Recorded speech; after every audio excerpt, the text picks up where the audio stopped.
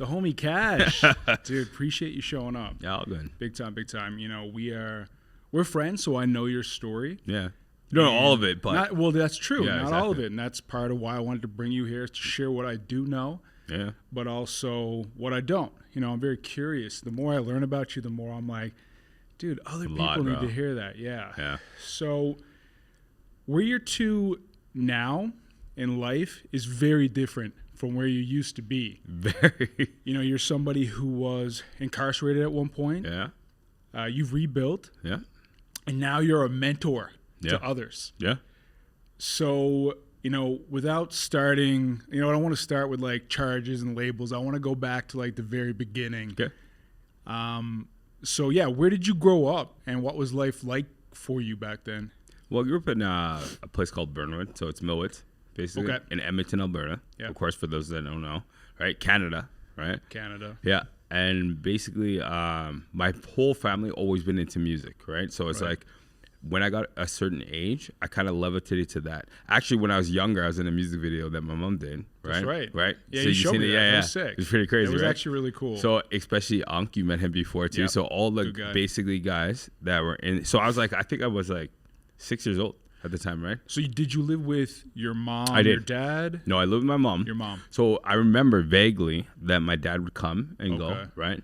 And he wasn't really a part of the family, do you know what I mean? So it was more my mom. So I have 3 other siblings, one older sister and one older brother, and one younger sister. Okay. Right? And actually I found out later on, I'll get to that I have another sister and another brother from my dad's side. But I'll get to that after, because it's funny how that happened. But anyways, so I grew up and I kind of levitated to music, right? So like I said again, my whole family was music orientated. My older sister sings and plays guitar. Okay. My older brother DJs. So we always would have DJs he'd have parties at the house, right? And I would try to sneak in as a kid, you know what I mean? Yeah. Right? What's going on down here? 100%. Sometimes they let me. Sometimes it's like, get back upstairs, Cashy. Yeah. You know what I mean? So I looked at that and I just kind of grew up around that. And we weren't very rich, obviously, but knowing what I know now, we weren't poor. Right. Do you know what I mean? So I still had a good mom. I still had a good family upbringing at the same time, right? So yeah, that's where I lived, basically. That's cool. So that's where I lived. That's where I grew up and how I grew up. Yeah, yes, that's how I started. Okay, so you grew up. It sounds like a pretty stable household. Like your dad wasn't around too much, but he was sort of in the picture, sort of not. He wasn't. Yeah. Yeah. And your siblings lived with you as well, with your mom? Yep. So it's like a pretty big household. Yeah. What did your mom do for like to survive? Well, there's a bunch of different things, and I won't get into her story because you know what, honestly, you know what, you should text her and then tell her to come on as well. But I won't get into her story. But at the same time, like I said, she did what she had to do in different ways and different things, and to help us, you know, have food in the fridge, right? Yeah. Things like that, right? So man, dude, even taking care of myself, I'm like, how do people do it, man? Sometimes you think, and especially this economy, see? Well, yeah, exactly. I can't imagine that was easy for anybody. No, it wasn't. No, she did really well. Good, you know what I mean? And you only know that again too when you're older. At the same time, when you don't have the new clothes and stuff like that, going to school, you don't understand this. You mean you're like, oh, I don't have what they have. You know, I remember even when I used to go to elementary, and this one kid always had like Dunkaroos. You remember that? Come on, right? Dunkaroos. And I wanted Dunkaroos. Or certain things, they were right? currency back then. You know what I mean? You had the Dunkaroos. You were good. You had the cosmic brownies and the Dunkaroos. You were good. You ran that school. Yeah, exactly. So I remember different things like that. But then again, like I said, as I got older, then you realize, right? Do you know what I mean? Yeah, you understand. No, absolutely. Right? Okay, so when did it start to shift for you? Because it sounds like you grew up in like a pretty stable family. Like, where did it start to shift? But the culture, and I always say this to the young guys that I mentor too, right? It's the culture that you levitate to, right? Okay. So again, I still grew up in a stable household, but there's always gangsters around me, right? And it's how do I say this? I don't want to say gangsters, but like gangsters. Do you know what I mean? Like older people that you look up to and you're like, and you levitate to. Because at that point, the older you got, now you got to remember, I grew up poor. So now the motive is money. That's right. Right? So do you think that music, like music videos and stuff, because, you know, a lot of youth these days, I try to even tell them too, like music is a great expressive art for sure. But there's 100%. Some music that, like it puts me in a aggressive mindset. Oh yeah. It also glorifies, violence and misogyny.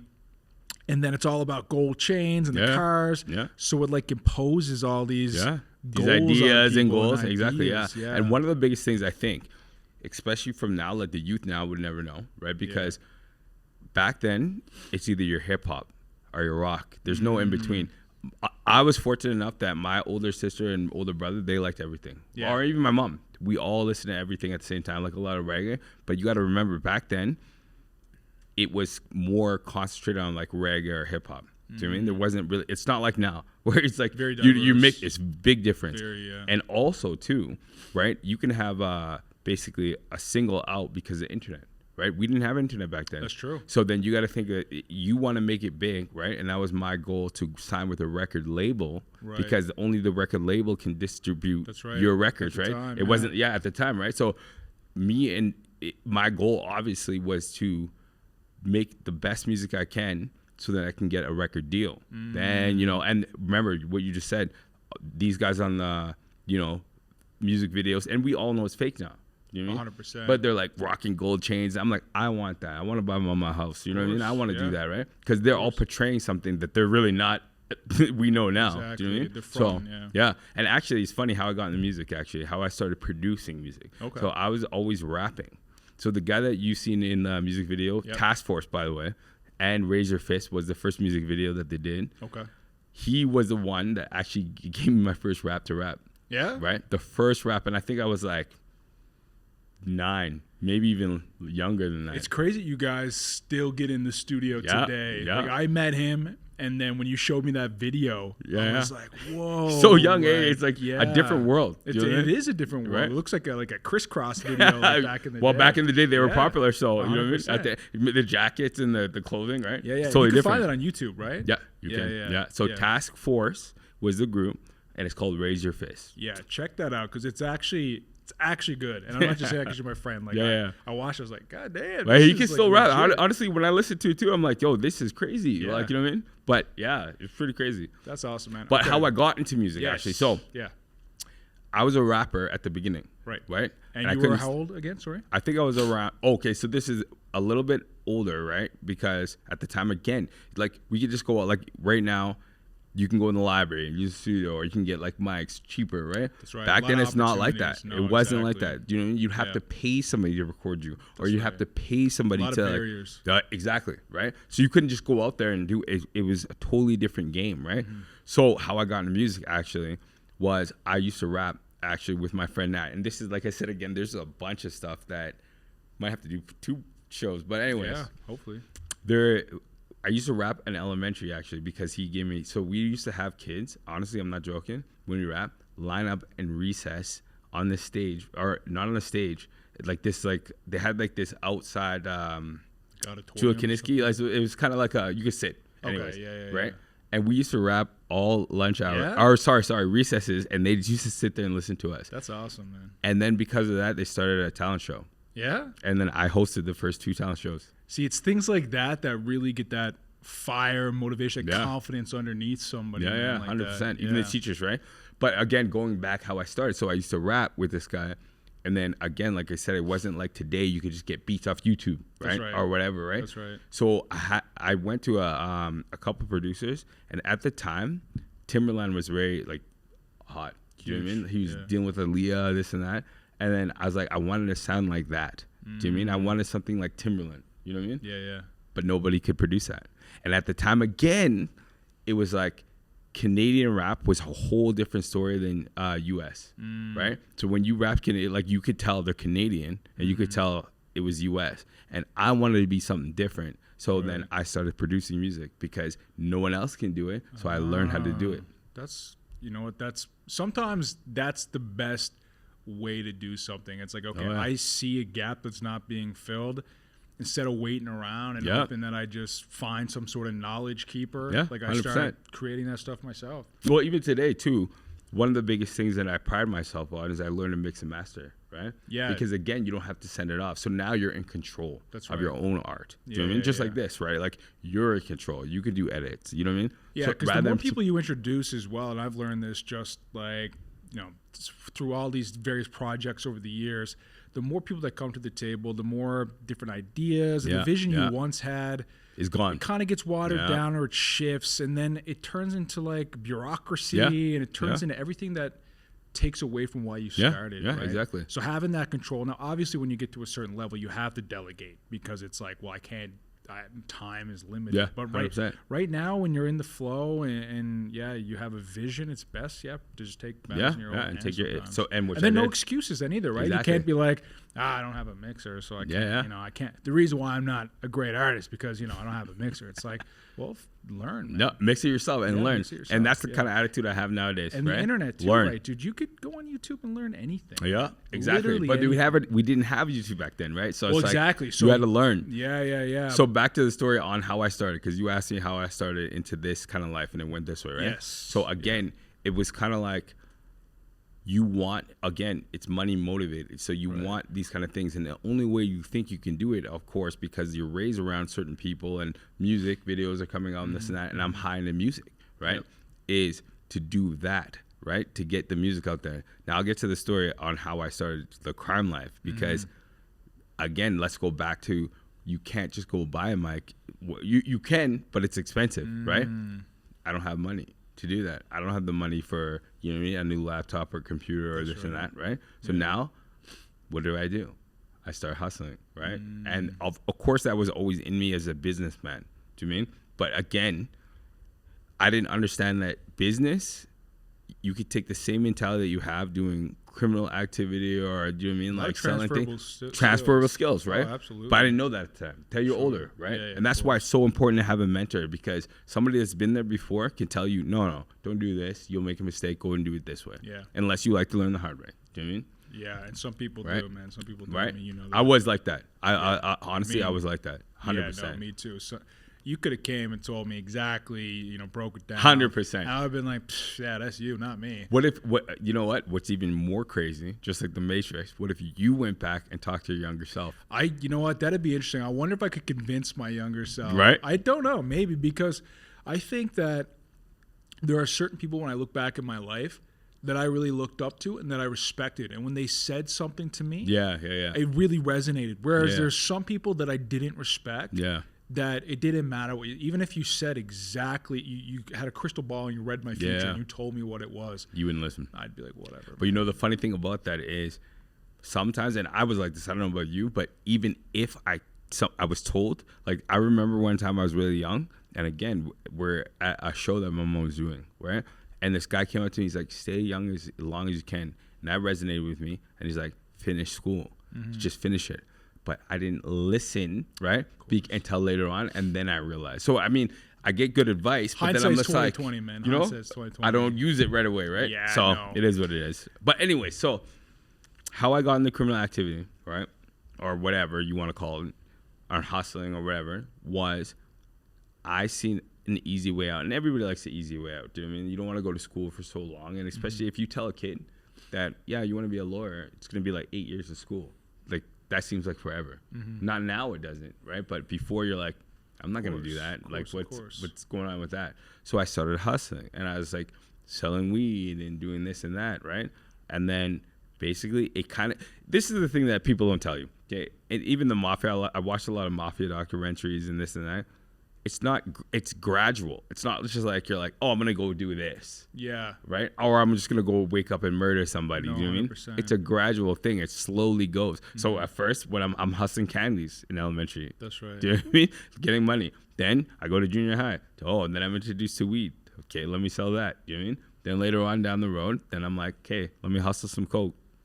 Things like that. Do you know what I mean? So anyways, so you have a better understanding of how I got into it, and my mentality was I wanted to make music, but I wanted to get money first. But don't get it twisted. This is the thing, is that as soon as you get money, you don't do what you plan to do. Yeah, you got other goals. You know what I mean? You're like, well, let me get that chain first. I remember, actually, it's so funny that I had a friend, and these guys are like making crazy money, right? Crazy money. And they used to spend like $200 on shirts and like $1,200 on a tracksuit. And I was working at the time because I just got out of jail. I know I'm skipping ahead, but we'll go back to that. But and then I was going to, I just got out of jail and I was on parole. So of course I couldn't do anything, right? And then I was looking at these guys. I'm like, these guys, man. I'm like, I would never do that because I'm getting a paycheck for like $2,000 every 2 weeks. Do you know what I mean? Mm-hmm. And still broke. You know what I mean? Paying bills and this and that. Then I'm like, I would never buy this tracksuit for $1,200 or go and shop. Like, that's so stupid for a $200 shirt. When I started making money, guess who bought the tracksuits? You did. Guess who bought the shirts? It was the stupidest thing, but again, you have to live that lifestyle, Your right? perspective shifts, right? Yeah, 100%. Yeah. Right? No, I know. But yeah, going back, so I know I skipped a little bit. So like I said, I was at the time in high school. I remember even, and we'll jump to high school because you can get the gist of like, I was just getting in trouble. Hang out with your friends, smoke some weed, and then you figure out like, oh, this guy, I could pick up off him, and I could sell it to these guys. And then, like you said, you start moving up like that. And keep in mind that you got to remember. So remember, as that little kid growing up in, having a house party, you get very connected to the wrong side of 100%, the wrong people. Like olders there, right? So then, of course, now you're Jamie is my older brother's name. So now you're Jamie's little brother, and then I meet them myself. So you got a then little bit of a network going. Do you understand? Yeah. So, I just need an ounce of weed. I can sell that. Yeah. Okay, cool. It's easy. Here you go. That's right. Do you know what I mean? It's easy. Well, that's the thing I don't think a lot of people realize about people who start to sell drugs is that it's just like so easy. And you're kind of like, well, this guy has it. I know this guy that wants it. I'm cool with him. He's not cool with him. Let me just be the middleman and transfer this over. And I just made a quick few hundred. And not even that. That's what I was about to say. It's like, boom, $200. And then you're like, dude, if I had to work minimum wage because I remember having a minimum wage job. I was getting paid like at the time like $10 an hour. I get my bi-weekly checks like $500, $600, man. And I'm like, dude, I spent like a better part of my life getting this, but I can make that one day more than that in one day. Exactly. And I don't just chill. And it's just my friends. Yeah. It's like I'm meeting this guy. Yeah. Maybe you have to like meet someone you don't know, but your friend vets them out. Like if you're smart about it like that, you can. Yeah. So you're like, how do I give this up? But I'm going to say real quick, and especially for younger people that are going to watch the show and whatever, you think it's easy money at the time, but it's not easy. Exactly. Because I say that all the time. If you think about it, it comes with its own problems. It comes with its own, and price. Right? Absolutely. Everything comes with price. So the easy money, you might think, oh, okay, I made $200 here. And in my day, bro, I'll talk about that later. I was a millionaire. Just put it that way. Do you know what I mean? And as fast as it came in, as fast as it went out. Just look at the story I just told you. This guy was, by the way, so when I first started hustling, so music always been a big thing with me. It's always music, right? Mm-hmm. So when I first started hustling and I got, and I started from the ground up, right? I was like, if I can make what I make at a job, but have the time, then I'd work on music, right? But I didn't do that, of course, right? Yeah. I party with people, this and that, but you know what I mean? So the thing is that once you get the money, it doesn't matter your plans for some reason, and obviously it's good and evil, and I'm a Christian guy, by the way, you know what I mean? So that I have a whole different outlook. We'll get to that in a second. But my whole point is it's not easy money. Once you get easy money, you're like, okay, I made this anyways. I'll just go spend it because I can make it tomorrow. I'll make it in an hour. Yeah, do you know what I mean? So. And it comes with problems, too. Like, oh, yeah. First of all, it's illegal. So you're always looking over your shoulder. And not just for the police, but for other people who notice you. You don't think that people notice the chains around your neck. Yeah. They notice, dude, I used to walk through like the mall or something. I'm getting like sketchy people looking at me. You don't want to go to certain places, certain bars. Yeah. It starts to get like shady. And then you can't, like if you make a lot of money, you can't just like there's some things you go buy with cash, but you can't just like go drop. Yeah. You know what I mean? Like, and here, just what you said too. The one big thing, and it comes to the lifestyle. That's why it's a trap, because now you have no choice but you have to keep up with your friends, right? So you're living that lifestyle hustling, but now you have to have a chain. Now you have to have. I remember, bro, not even a word of a lie. I'm not joking around with you. I had one chain that was $150,000. One chain, and it was all diamonds. Then I had another gold chain, right? I think it was like 90,000 or something like that, right? My whole point is that what are you buying this for? Impress other drug dealers. But this is the thing. But you know what the thing is, and you realize it later on, is that you're trying to impress them, right? The car and this and that. Yeah. But they're looking at you with hate. So you're really buying stuff to show, come get me. Now you're a target. Who is gonna look at that and be like, yeah, that's why a person in a business suit most of the time gets more respect than a person that's wearing chains and wearing like Gucci. 100%. I remember it's ironic because when I was younger, I wanted to be like a big time drug dealer because you start to get a little taste of it, and the lifestyle can be a little fun too, right? You're hanging out with your boys, you're showing off, you're having fun. Then I started getting into problems, and without getting into my story, like I just realized I needed to shift. So I started pursuing like education, this and that. Now I was still dabbling here and there because, like I said, I knew someone I could just be a middleman, right? Like a few $100.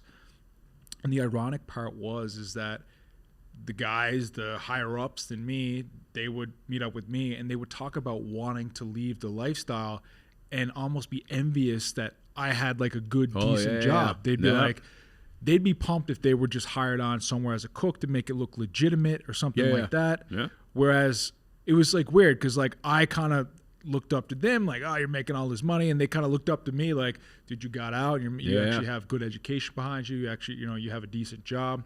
And it's funny, like you think you want something, but the people up there look back and they want something else too, right? That's why I always tell these guys too, you know what? Whatever you think that's going to make you happy does not make you happy. I'm much happier now because you concentrate more. Like, let's say I don't have a lot of money, right? I work a job, right, and pay bills, but I concentrate more on my music or other projects rather than the money because I think you obviously, again, like I said, it's a distraction.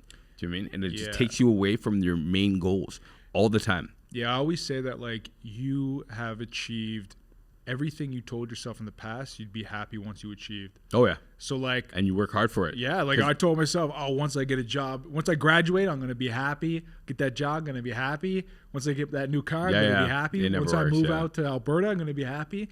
And it's like you're putting your happiness in all these external, doesn't work, measurable things when like really it comes from inside. And 100%. Sure, let's not act like if you got a ton of money. 100%. I was just about to say, I was like, let's not play that game. I'm not going to complain if I look at my bank account, there's like millions of dollars in it at the same time. But it's a tool. Exactly. Right? You can't find happiness within that. And actually even, I won't say famous people's names because I don't want to get like you to get whatever. But I remember listening to documentaries. If you listen to any famous person, they're like, this isn't like, honestly, I've gotten everything I wanted. And I just became more and more depressed. I have a big house and all these cars, and I'm still more depressed. It's fleeting happiness, right? It comes and goes. Well, just because they put just like you said, the trust in the fact that once I get this or once I reach the top, then I'll be happy. Exactly. But it doesn't work like that. It's like an endless chase. But anyways, and going back to hustling. Yes. So you were hustling. And then, started off with like weed, coke, this, that, gradually increased. Okay, so I kind of jumped the gun there. So I was hustling weed in basically high school. Okay. Right? And then I got kicked out of high school, which is crazy because we deal with younger guys that, you know what I mean, and we mentor, right? So it's like, honestly, the system is messed up. We won't get into that because I don't think if you got kicked out of high school. Now, what'd you do? Was it just for selling? No, this is the thing. So they thought there's no proof that I was selling and I was skipping school. Right. Okay. So at the time, they're like, okay, well, he's selling. I remember this is what's wrong with their system, honestly, is they give up too easily on people. Do you know what I mean? And honestly, it is what it is. I mean, at the end of the day, I think they did the right thing with me because, one, I'm here right now, I learn. And second, I don't think I would have changed much anyways. Do you know what I mean? I wouldn't listen. But here's what they did. So I remember having a meeting with the school district or whatever in this one building. And before I put my trust in them, I'm like, so should I bring a lawyer or something? Oh, don't worry, don't bring a lawyer, blah, blah, blah. Okay, so I went there, and then the vice principal was there, and a whole bunch of people that were there, professionals, right? And honestly, at the end, they told me you should have brought a lawyer. A lawyer to a school meeting? Because this is the thing. The way they did it, and I don't want to get too much into it, was a dirty way of doing it. This guy's like, I have no proof that you're selling, but you're missing school. So then we're going to send you're going to get kicked out of all high schools. Jesus. Exactly. He's king, by the way. You know I'm a Christian guy. I got to say it every time. But anyways, you're going to get kicked out of all high schools and you're going to go to the learning store, which we know now as alternative high school for 100%. Right? And I tried it out, but again, now you have to do it yourself. I'm like, I'm not feeling it because I'm already skipping. Why? If I don't have to be there, then why would I go? The rules are a lot less. Do you mean? Right. So that's right. So I was hustling weed, but they're right though. at the same time, they were right. So, I mean, you can't really, can't be mad at that, right? But they just didn't have any proof. But anyways, so I got kicked out of high school. And then I remember vividly, I was just selling more and more weed, not going to that school. I think I got kicked out of there. Who knows? I don't know because I didn't go, right? Because I tried it out. I went there, but it wasn't for me. Mm-hmm. Do you know what I mean? But anyways, and then started getting more and more, selling more weed, but then getting into more trouble. Now I have all the time in the world. So then, and I'm meeting people. You got to remember, I'm not the only guy skipping school. My other friends are skipping school, and they're doing whatever. 100%. Actually, it was crazy. Rest in peace. His name was Richard. At the time, and he's in high school too, he was selling crack at the time. In high school? Yeah. To other students? No, I don't think other students. I was going to say. Right? But at that time too, there was a big, like, let's just say it was a different time. There's a lot of violence, right? So he actually got shot by somebody paid, because he was wild too, right? So he was fighting with this other group, and then he like Molotoved their house or something. But then the other dude paid another guy that was a crackhead or whatever. Not crack. What's the proper term? Drug addict, whatever. You know what I mean? I don't know. I think they say person with substance abuse disorder. A person with substance abuse. So he paid him, and the guy went and shot him with a shotgun, and he died. Holy shit. In high school, yeah. In high school. And I think about him all the time, because I'm like, I'm living this life. I'm old. I'm 39 now. You know what I mean? Like, he would have been around the same age, right? Yeah. If not in jail, whatever. But and he's only young, man. Young. You know what I mean? Very impressionable. He was probably, similar story where he was just like trying to make a bit of money, knew somebody who had 100%. It, knew somebody who wanted it. And again, it's gradually. But it's gradual too. So maybe he ran into those guys and they did something to him, and then do you know what I mean? It's like, it's never just an isolated incident. There's 100%. Always like a chain reaction of sorts. Yeah, 100%. So he ended up passing, and then again, I looked at that and I was like, okay. And by the way, see, there's so much to this story actually, because it's like other people around me were hustling. They were selling crack. These guys are selling coke, and it's not like, again, when you know this is what I do, I don't chill with just people my age. I chill with people that are older. 100%. So these guys that are doing whatever, but I was, and I'll say this right now, I was a punk kid, bro, because it's not like I wanted stability and organization, right? It was like I was just doing whatever. Do you know what I mean? So if somebody wanted to fight me, I'd fight you. Do you know what I mean? If you wanted to like do whatever, that actually tell you the truth, which is, thank you Jesus Christ, is that I didn't think about it. If he would have asked me to go with him in Molotov, I promise you, I probably would have did it. Yeah, you were just living in that chaos at the time. And like you had like no structure. You were out of school. No structure. Yep. You were out of school. Structure. You were hanging around with people. You were probably having what you thought was fun at the time. Yeah. This is all unknown territory. And you don't think ahead, right? Yeah, it's not like you don't think. You're not like, yeah, exactly. You're just like that hedonic impulse, like, oh, I'll do that. Yeah, I'll do that. Yeah, because you're not aware of the consequences, or even if you are, like, you can't contextualize. You're not aware, because this is the thing. So it gradually happened. So now I'm out of high school, right? Yeah. So I eventually got my own place, right? And then I'm doing home invasion and stuff. But this is the thing. I'm getting caught, because I remember it like it was yesterday. Then the police charged me. I never went to, what is it called? Juvie or EOIC. Yeah, you mentioned that. Never went there, because I think that if I would have, maybe I would have thought, who knows? Maybe I would have thought second and consequences. Maybe. But I'm going to get to this part where I go to jail, right? Because that's what you want. Well, no, I also want to hear, like, okay, you started off with like home invasions. Like, what did that look like? You and your boy, did you like scope somebody out that you knew that? Well, they charge you differently. So like if it's a house party, right? Again, I'm wild, right? And my friends with me are wild. Like I'm surprised, honestly, again, that we never killed anybody or was killed, really, to be honest, right? But so we go to a house party, and again, now I'm money hungry. You know what I mean? So I'm like, we go to a house party, I'll take whatever. Around. Okay, yeah. So I remember one time that we took the jewelry from my parents. I'm sorry. If you're watching, if you see it, I am. Listen, he'll pay you back in full. He said I will. Actually, I'm gonna be good soon. I will give you. I'm just sorry for everyone. Yeah, hopefully, I used to do some. One. I hope they do, because then at least they can reach out to me and I can make amends. Make it right. Yeah, you know what I mean. No, but we go to house parties, take whatever. Do you know what I mean? And I remember again, like I said, we get charged.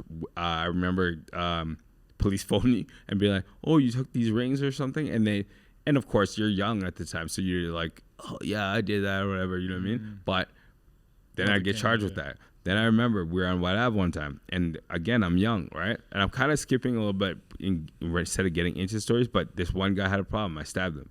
Then I got caught. They took my pants and everything. I remember, like it was yesterday, my friends, they ran away, went to my house. Then I got out. And the only reason I'm saying this is because I'm going to show you something. So then I got out. They promised to appear, right? So again, I'm getting all these charges, but there's no consequences in my head. I'm getting out. Right, so I'm wild. How are you getting out again? Like if promise to appear. So, like if they would arrest me, right? Take my stuff, right? This guy got stabbed, and I'm glad he lived. Like seriously, you know what I mean? I think about that all the time, right? But I was like all drunk, and again, substance abuse. We drink all the time, exactly. Right? So I wouldn't be in my right mind, exactly. Yeah, right? You know what I mean? So they take my clothes, they charge me, but then instead of putting you in jail, which again, if I went. Right? Who knows if I would have changed, right? Would have had a lot but who knows? That's here in the, you know what I mean? Yeah. Coulda, woulda, shoulda, right? But anyways, they'd give me promise to appear. So now I'm accumulating all these charges, which we see again with these youth. 100%. Right? And it goes back to most crimes that they commit. It is under the influence of alcohol. Oh, always. Our drugs. Yeah, always. Yeah. Because you're not in your right state of mind, right? Yeah.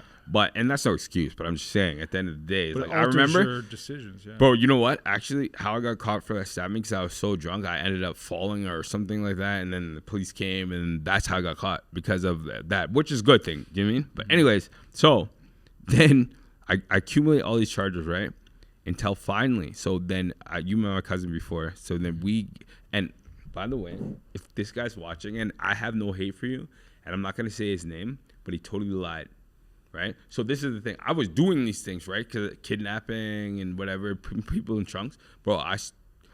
That's crazy. Because I know you now, and to think about you, I know doing that. I'm like, that's what I could never picture. I can't even picture you being mad. That's what you know. What I love, so right? Because I meet people and they're like, "Yeah, you're just a nice guy." You know what I mean? I'm like, you have no idea. Yeah, but I am now. There's been a lot of change. I'm changed now because I'm a Christian guy. I'm a new person. I'm not that same person. But anyways, my whole point is that I'm kidnapping people, throwing in trunks, like, you know what I mean, sticking knives into people's throats. Like, it was crazy. And you got to remember too, or not remember, but at the time, like you said again, I have all these people around me that are like serious dudes. They're not like, you know what I mean? Like, and they're probably celebrating that behavior. Like you do something 100%. And they're like, good job, man. Good job. 100%. Well, you're getting reinforced. You want fear, right? And you're getting reinforced. You're like, okay, yeah. Do you know what I mean? So me, you know, my goal was, as I was younger and doing all these things, was to be the most feared person in the city, which is now we know is the stupidest thing because there's always somebody bigger. That's right. Right? But I wanted to be fair. I remember watching the movie Scarface, and I'm like, I want to be like this guy. Except for the end.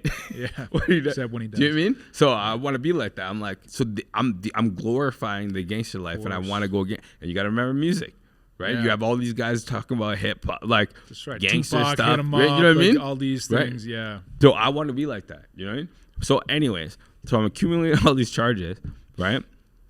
Until one day, right? Then me and my cousin, we go to this guy, and I won't say his name, right? And again, I forgive this dude for lying, and I have nothing to hide now. I would say if I did it, I did it. Bro, I just told you I kidnapped people, you know what I mean? Yeah. But we went to this house, and Sean, at the time, my cousin, was living there, right? This guy owed me money for ecstasy pills because I gave him some. So again, I'm gradually going to clubs in the sun. I'm like 18 now. Okay. Do you know what I mean? Yep. So we're going to clubs. And then I gave this guy ecstasy and it disappeared. So I'm like, yo, you owe me money, right? So for now, I'm going to take your Xbox and everything with me. This guy's like, no problem. Had some shots with us. Walked to my house. We were just chilling. And he's like, yeah, I'll get your money soon. You know what I mean? Whatever, blah, blah, blah. Okay? Next day, no word of a lie. You ever play that game, Metal Gear Solid? You heard about it? Back in the day, I heard of it. Yeah. Okay, so in the game, and it was genius, right? But you would like, alarms were set off, so then the SWAT team would come, right? And then you'd have to hide. So then I hid right in the locker, right? And until the SWAT team comes, checks it out, and then the alarm goes off, right? Then you can walk freely, right? Yeah. Bro, as I was hiding in the locker and waiting for SWAT team to come in, the real SWAT team comes in my door. Damn. I'm not even joking around. The real SWAT team coincidence comes in my door. And then we get arrested. Were you shot? Were you like, what the hell is this? I was, bro. I don't know. Or were you like, this was coming? But I was really more shocked. No. I didn't think it was coming because remember, that guy was cool with us. I didn't think and you didn't even put 2 and 2 together. Yeah, right, because he was cool. Like, it's a friend, right? You owe me money. I'm taking your stuff until you pay me, whatever. Yeah, collateral. Let me get the collateral. If you don't pay me, this is mine. 100%. 100%. So then I was like, okay. I was fully surprised when they came in. And I even remember there's a couple people in my house, right? And everybody like, get on the ground, get up, right? I remember the SWAT team came in, and I tried to look up because again, and then this with SWAT team member like stepped on my head or something like that, and he's like, yeah, look down, yo, they're serious dudes, right? You know what I mean? But anyways, so this guy lied. What did he say? What did he say? Like, what? I'll get to that. Okay, because then it's in the disclosure, right? So anyways, I get to the it's called JP, Justice of Peace. Okay. So he decides whether you leave or you don't, right? And remember, this whole time I'm going into jail, but I'm getting released right away. At the time, right away, or something. Or sometimes I would get cuffed and put in jail, but I get out. That's right. Right. So you're just like another one of these. Exactly. Yeah. I'm like, I'm getting out. Like, you know what I mean? Yeah. What up, whatever. JP? Right. I'll come back. I'll see you later. So it was funny because then we went. Okay, so me and Sean were standing in front of the JP. All right. And because of all these charges that I had accumulating and not dealing with them and promised to appear here, this and that, he looks at Sean and he's like, yeah, I'll give you bail. It's $2,000. He looks at me. He's like, because of all your charges, you cannot get out. You have to go in the remand. And I swear to you, I promise you, my heart sunk like, what the like I was like seen that video. You know how you on YouTube, like when they get a life sentence, they zoom up on the guy. Yeah. He's like, that was me. Wow. I promise you. Did he say your sentence or he just said your? No, because they don't sentence you. So this is the thing. It's that's like, true. That's true. He's just like, yeah, exactly. He said you have to remain in the remand until these charges get taken care of. Yeah. Right. Until sentencing. Yeah, exactly. Yes. So then he's like, and then again, like I said, my heart dropped. Like it was the worst feeling I've ever had in my life. Were you so confused? Like, what? Like, why am I here? Because at this point, or did you know that? No, you knew. Because at the same time, I think actually that they told your charges. Like, no, actually, I don't think I knew at the time until you talked to your lawyer, right? And because like, what the hell's going on? They tell you your charges, right? But then I'm like, that doesn't make sense. Like, do you know what I mean? But keep in mind though, and I'm trying to form it properly to tell you, but I was already doing all these things. Yeah. This guy lied. What the hell? This guy lied, though. But at the same time, I was still doing that. What I got charged with. So it was kind of like justice in a way. Do you know what I mean? Because you lied about it. He lied about again. What did he say? So I'm gonna say. Okay. I'm gonna get to that. Now I'm gonna first. I gotta walk you through when I first get arrested because this was a life changer, and I still think about it today. Right. And for you little guys that go to EYC, get taken out, or anyone, young offender, I'm telling you right now, there is nothing like this feeling. Because so you understand, like I said, when we grew up with my mom, right? Whenever I called her, she would be there. She was a good mom. Do you know what I mean? At the same time, if I was in trouble, she'd still have my back. She'd be like, you shouldn't be doing that. But at the same time, I'm still here for you. 100%. That's good. So if I got arrested, bro, I'm telling you right now, and I'm downtown or wherever in holding cells, she'd come get me. Do you know what I mean? But this is the feeling that people don't understand. Because even if you have friends out there or cousins that help you, bro, when I got locked up, you can't just phone your mom. You can't just phone your cousins, right? So what happened was, as I went in the holding cell, now I'm sitting there knowing I do not have bail. I have nothing. Because obviously my first call would be my mom. Sure. Right? Do you know what I mean? So now I have nothing. So, and let me walk you through the process for those who haven't been to jail. Bro, it is the worst feeling ever because you go through now you go to the holding cell. Now you're waiting for processing, and it's not just like bing bang 10 minutes. Take a seat. You know what I mean? Take a seat. You're in there for maybe 2 days, and you're in there with multiple people. This is the thing, and I tried to be as, how do I say this? What's the right word? Like you try to be understanding, right? Like there is people outside that have a bad life, but they're homeless, right? But then you're sitting here and then you're in your house or even whatever, right? I'm going to tell you right now, when you sit in processing and you're waiting, you are all the same. Everybody's equal. Now you are a number. And that played to me, not because of I'm sitting next to a homeless guy or whatever. Do you know what I mean? even though I was a little punk, I still had some kind of heart, like, you know what I mean? But I still was a punk ass kid. That's right. You know what I mean? But when you're sitting there, it's not about you now. It's not about what you have outside. It's about now you're in waiting and you're just a number. And here's another thing, bro. Okay?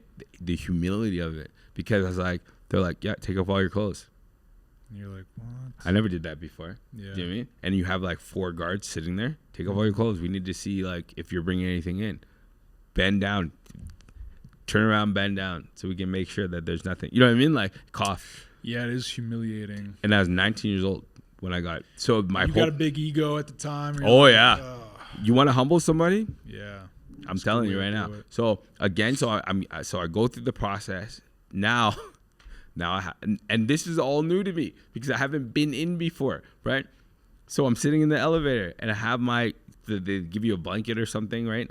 As I remember, and you're carrying it, and these 2 guards are sitting there, and now they're like, "Yo, you know where you're going? Messing with your head. You're going to the zoo." And what the zoo was, it was all young people in there, and I'm talking loud, like. Other units, you have respect for like older people. You wouldn't bang on the door. These dudes, as soon as I get on the unit, because again, I don't know what's going on. I don't even know like anything. All I know from jail is what I've seen on TV. That's right. Right. So I'm the new fish. Yeah. So when these guys are banging on the door, and I found out later they're not banging because of me, but I'm like, I'm gonna die in here. I'm dead because these guys are banging on the door, yelling. I'm like, what the. Like, you know what I mean? Like, yeah, and everything that you've watched and listened to is like playing in your head. 100%. Like, oh, man. 100%. And you're in there alone, you think, especially like, dude, I don't have my buddies with me. I don't have the status. I can't phone. Listen, I'm telling you right now, you can't just phone like and be like, yo, can I use a phone like and like call my mom like at least to like, you know what I mean? And talk to her so it kind of calms you down. There's nothing. Yeah. You're by yourself. In survival mode. In survival mode. And like I said again, I'm in the elevator and these 2 freaking guards are messing with you. Messing with me. Like, oh, you know where you're going? You're going to the zoo. And I'm like, yeah. And at this time I'm drained. Like there's like you're just I'm like, cool. Like, you know what I mean? Like I'm like at this point. You know what I mean? I'm like, what do you call it? Like submissive. Like I don't even care. Like I'm like dead. Do you know what I mean? Yeah. So Does the zoo have a bed? So no, because it would be against the legal standard anyways. So they put me in this room, right? And I swear, thank God for this dude. And I hope he's still alive and he's doing well if you see this. So again, I think it was like 3 a.m. by the time I got up there. And the guy got arrested at like 7. Damn. Right? So you're burnt out. I'm telling you. And knowing emotional this, toll that it takes everything, on you, man. Yeah. Everything, right? And thank God for this guy. So I'm not joking around because I could have got a roommate that would have took advantage of it. Because I'm telling you, I'm submissive at this time, right? So I remember this guy was a native guy, right? And he was so cool. He's like, I understand that you're going through this. Like you're first. Because when you get in a cell and there's 2 people, of course you're going to talk. Do you know what I mean? 100%. And the first thing people ask you usually is, what are you in for? What are your charges? Do you know what I mean? They want to know what you're about. Yeah, who do you know? Yeah, who is this guy, right? Who's this guy in my cell? Do you mean? Yeah, 100%. Right? So then, and I think he even took the top bunk or something like that, and I slept in the bottom. Now, for the next 5 days, bro, I am not even kidding you. I just laid there and I like slept as much as I could because they didn't try to like force to wake you up because I know actually I skipped a very important part that these people have to know, right? When they slam those doors, right, to the cell, I promise you, I was like, because they're like, oh, there's your bunko. And remember, I told you, like 3 a.m. I don't know, or something like that, like 12 a.m. where these guys are banging on, something around there, right? It was late. You know what I mean? And I sat on my bed and I slammed the door. And I looked at that door and I was like, there is no feeling in the world like you cannot leave or get out. Like I could just get up right now, walk out there. I could get my cell phone. You have nothing.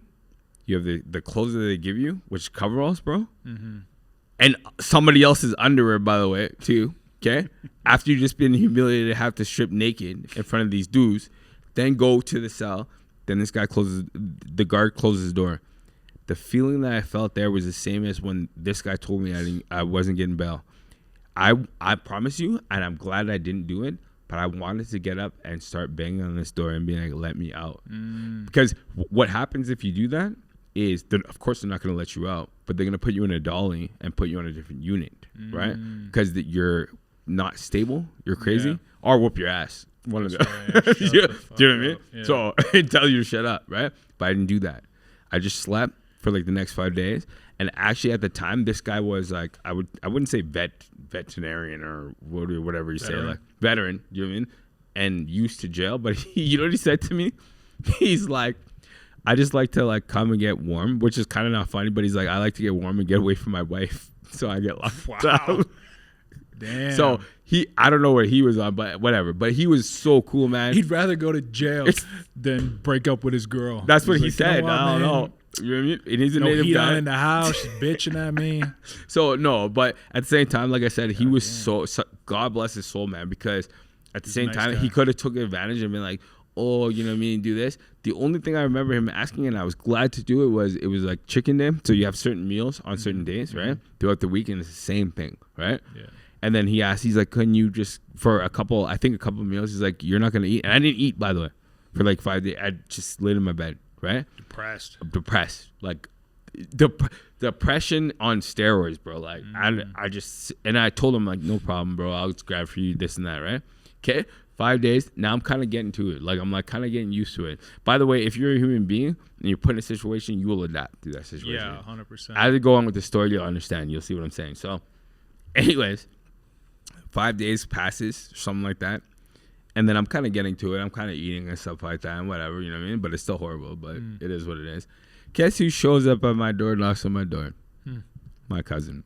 Your cousin. No, which is crazy because now we got charged together, so it's keep separates. Because he didn't have the money for bail. Yeah, I was thinking that. It's like $2,000, right? And at the time, you got to remember, we're like little punk kids. We don't have money like that. You know what I mean? Like, even the $2,000, bro, I would still be having to stay in there, but at least I know that there's a chance, like, you know what I mean, that maybe my mom or my brother or someone could get it, right? You know what I mean? Yeah. But I didn't have nothing. They're like, you have nothing. You know what I mean? But he didn't have it at the time, right? So they locked him up. So they locked him up with me, right? But he was on a different unit at the time. But then they moved him to that unit. Okay. And at the time that we're all getting locked up, the remand was actually really full.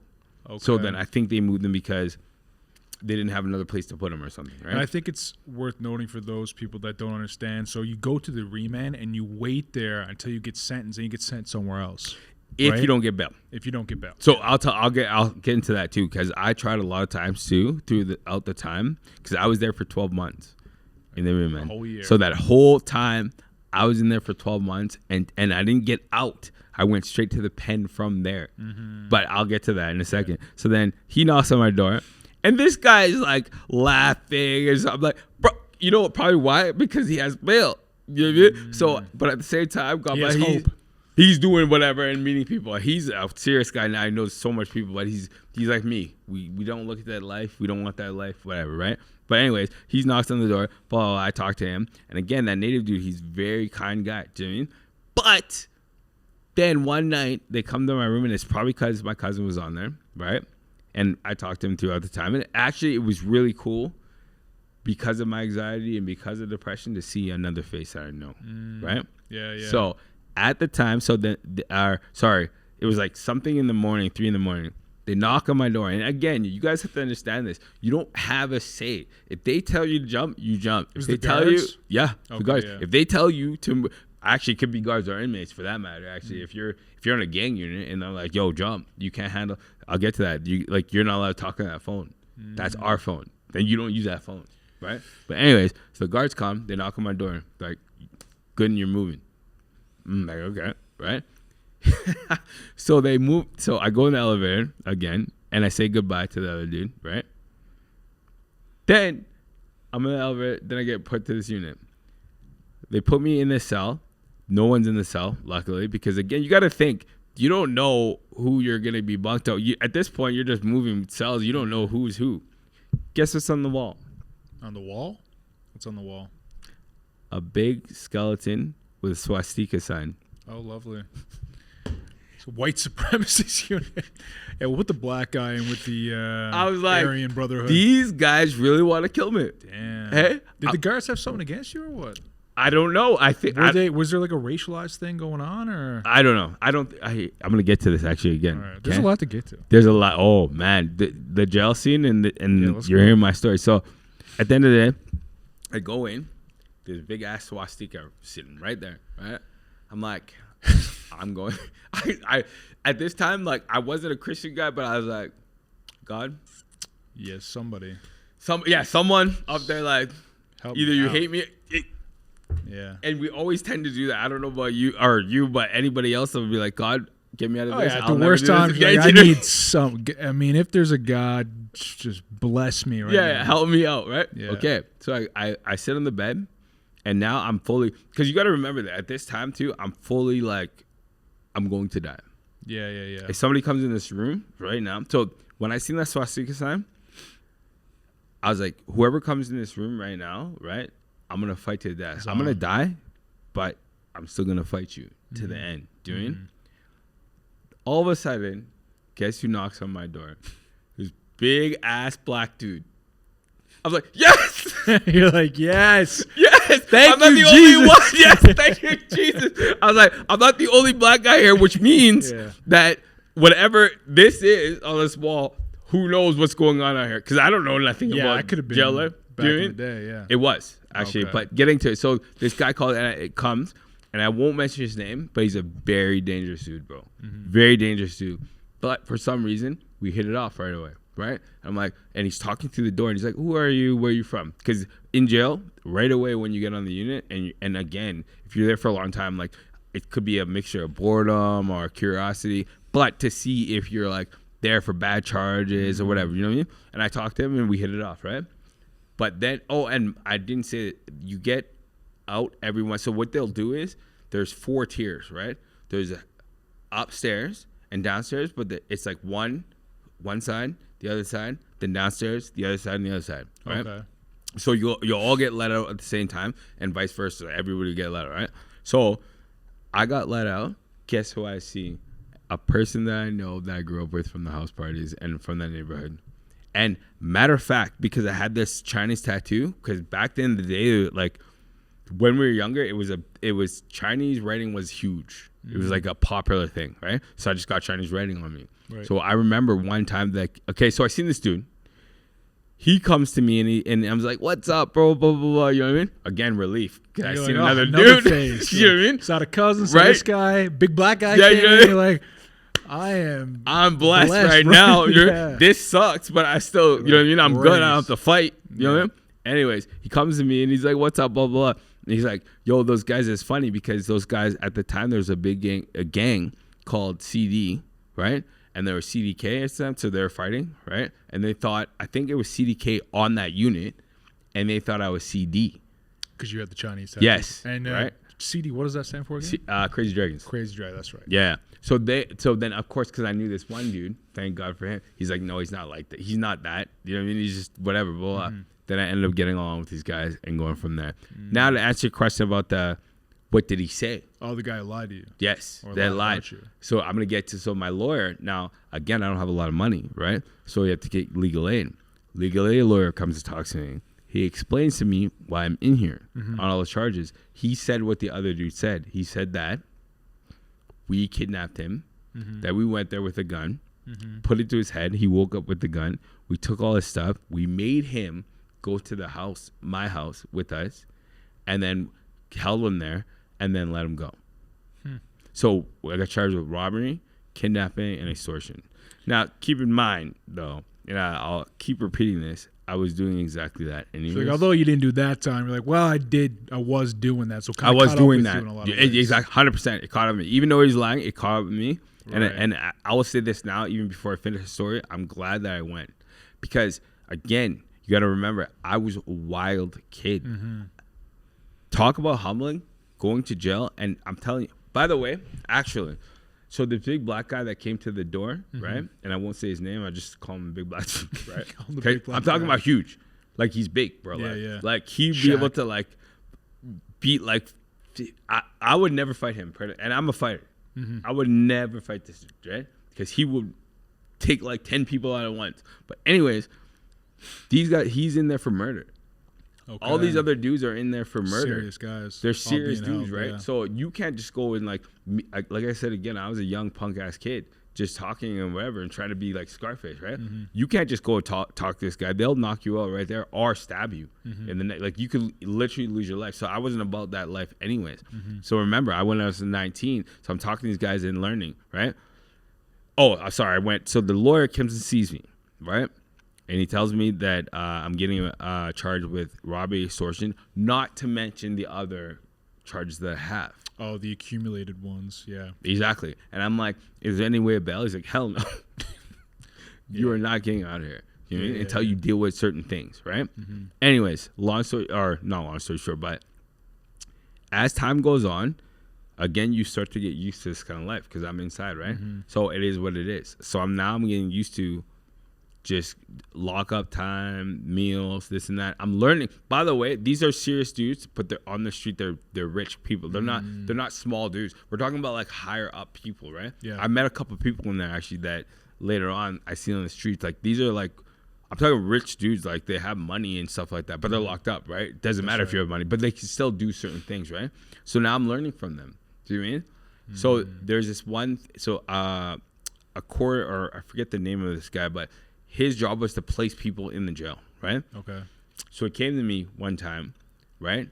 And he asked me, and by the way, too, the same guy, like the big black guy and the other guy that I seen got bail at the time, right? Because they were trying to get bail. And if you have money, then you send your lawyer goes a certain amount of time to a certain judge, and then you plead your case and blah, blah, blah. And they get out, right? So these guys have gotten out. But I met other people in there. And I'm talking like serious. And I know I'm jumping back and forth, but I keep forgetting things. Like, there's these other dudes, and I swear I should have phoned them, like, honestly, but they were so nice to me too. But these guys are in jail for like lighting a body on fire and the house on fire. Do you know what I mean? Like straight murder guys, you know what I mean? Anyways, so skipping back, or the coordinator of the jail comes to me, and across from our unit, now it's called a bubble, right? So this is a place where the guards sit in and like press a button and tell you where to go or watch the unit, this and that. And you can see, so the bubble, how it works is that there's a glass, but on the other side, for the other unit, right, there's another glass. So you can see back and forth. Okay. So sometimes you'll see somebody you know, and you'll be like, hey, what's up, blah, blah, blah. Yeah. But sometimes if the guard, it depends on the guard, they'll be like, get away from the bubble, you know what I mean? Yeah. Or the guards will just be like, whatever, right? So this guy comes to me, and he's like, do you want to go to the long-term unit? All right? And it's better over there. By the way, you can buy sweats. Okay. And you can buy your own clothes, not your own clothes, but like sweats that they have. So the gray sweats and a gray T-shirt you can buy, right? So I was like, and it's just a better. Everybody's out all day, this and that, because over here you're only getting let out a certain amount of time every unit, or not unit, but every whatever tier or whatever. You know what I mean? So I'm like, yes, I will go over there, right? So I end up going over there. Now this is where the story gets crazy too, because I just told you I grew up in Brandon, right? The kid that I told you about the kangaroos, right? And he was actually a good friend of mine. His older brother was in there for murder 1. And I got to see him. Now, this kind of eased my mind a little bit, even though it sucked for him. But at the same time, like, I could have been in there for murder. I was wild at the same time, right? So when I got to talk to him, and then... So the guy that died, his brother, you're saying? No. Who's the guy brother? That died? Well, you said the guy who threw the Molotov cocktail. No, not him. Oh, who was it? That guy's name was Richard, right? So remember when I told you that as elementary, and I wish I had enough money, and this guy always had kangaroos and stuff like kangaroo sacks. Oh, the Dunkaroos and stuff. Sorry, my bad. Dunkaroos, right? Yeah, I was like, wait, Kangaroo. He's that rich. I don't know. Anyways, his older brother at the same time. We grew up together, right? But his older brother was like more like a gangster, like whatever, right?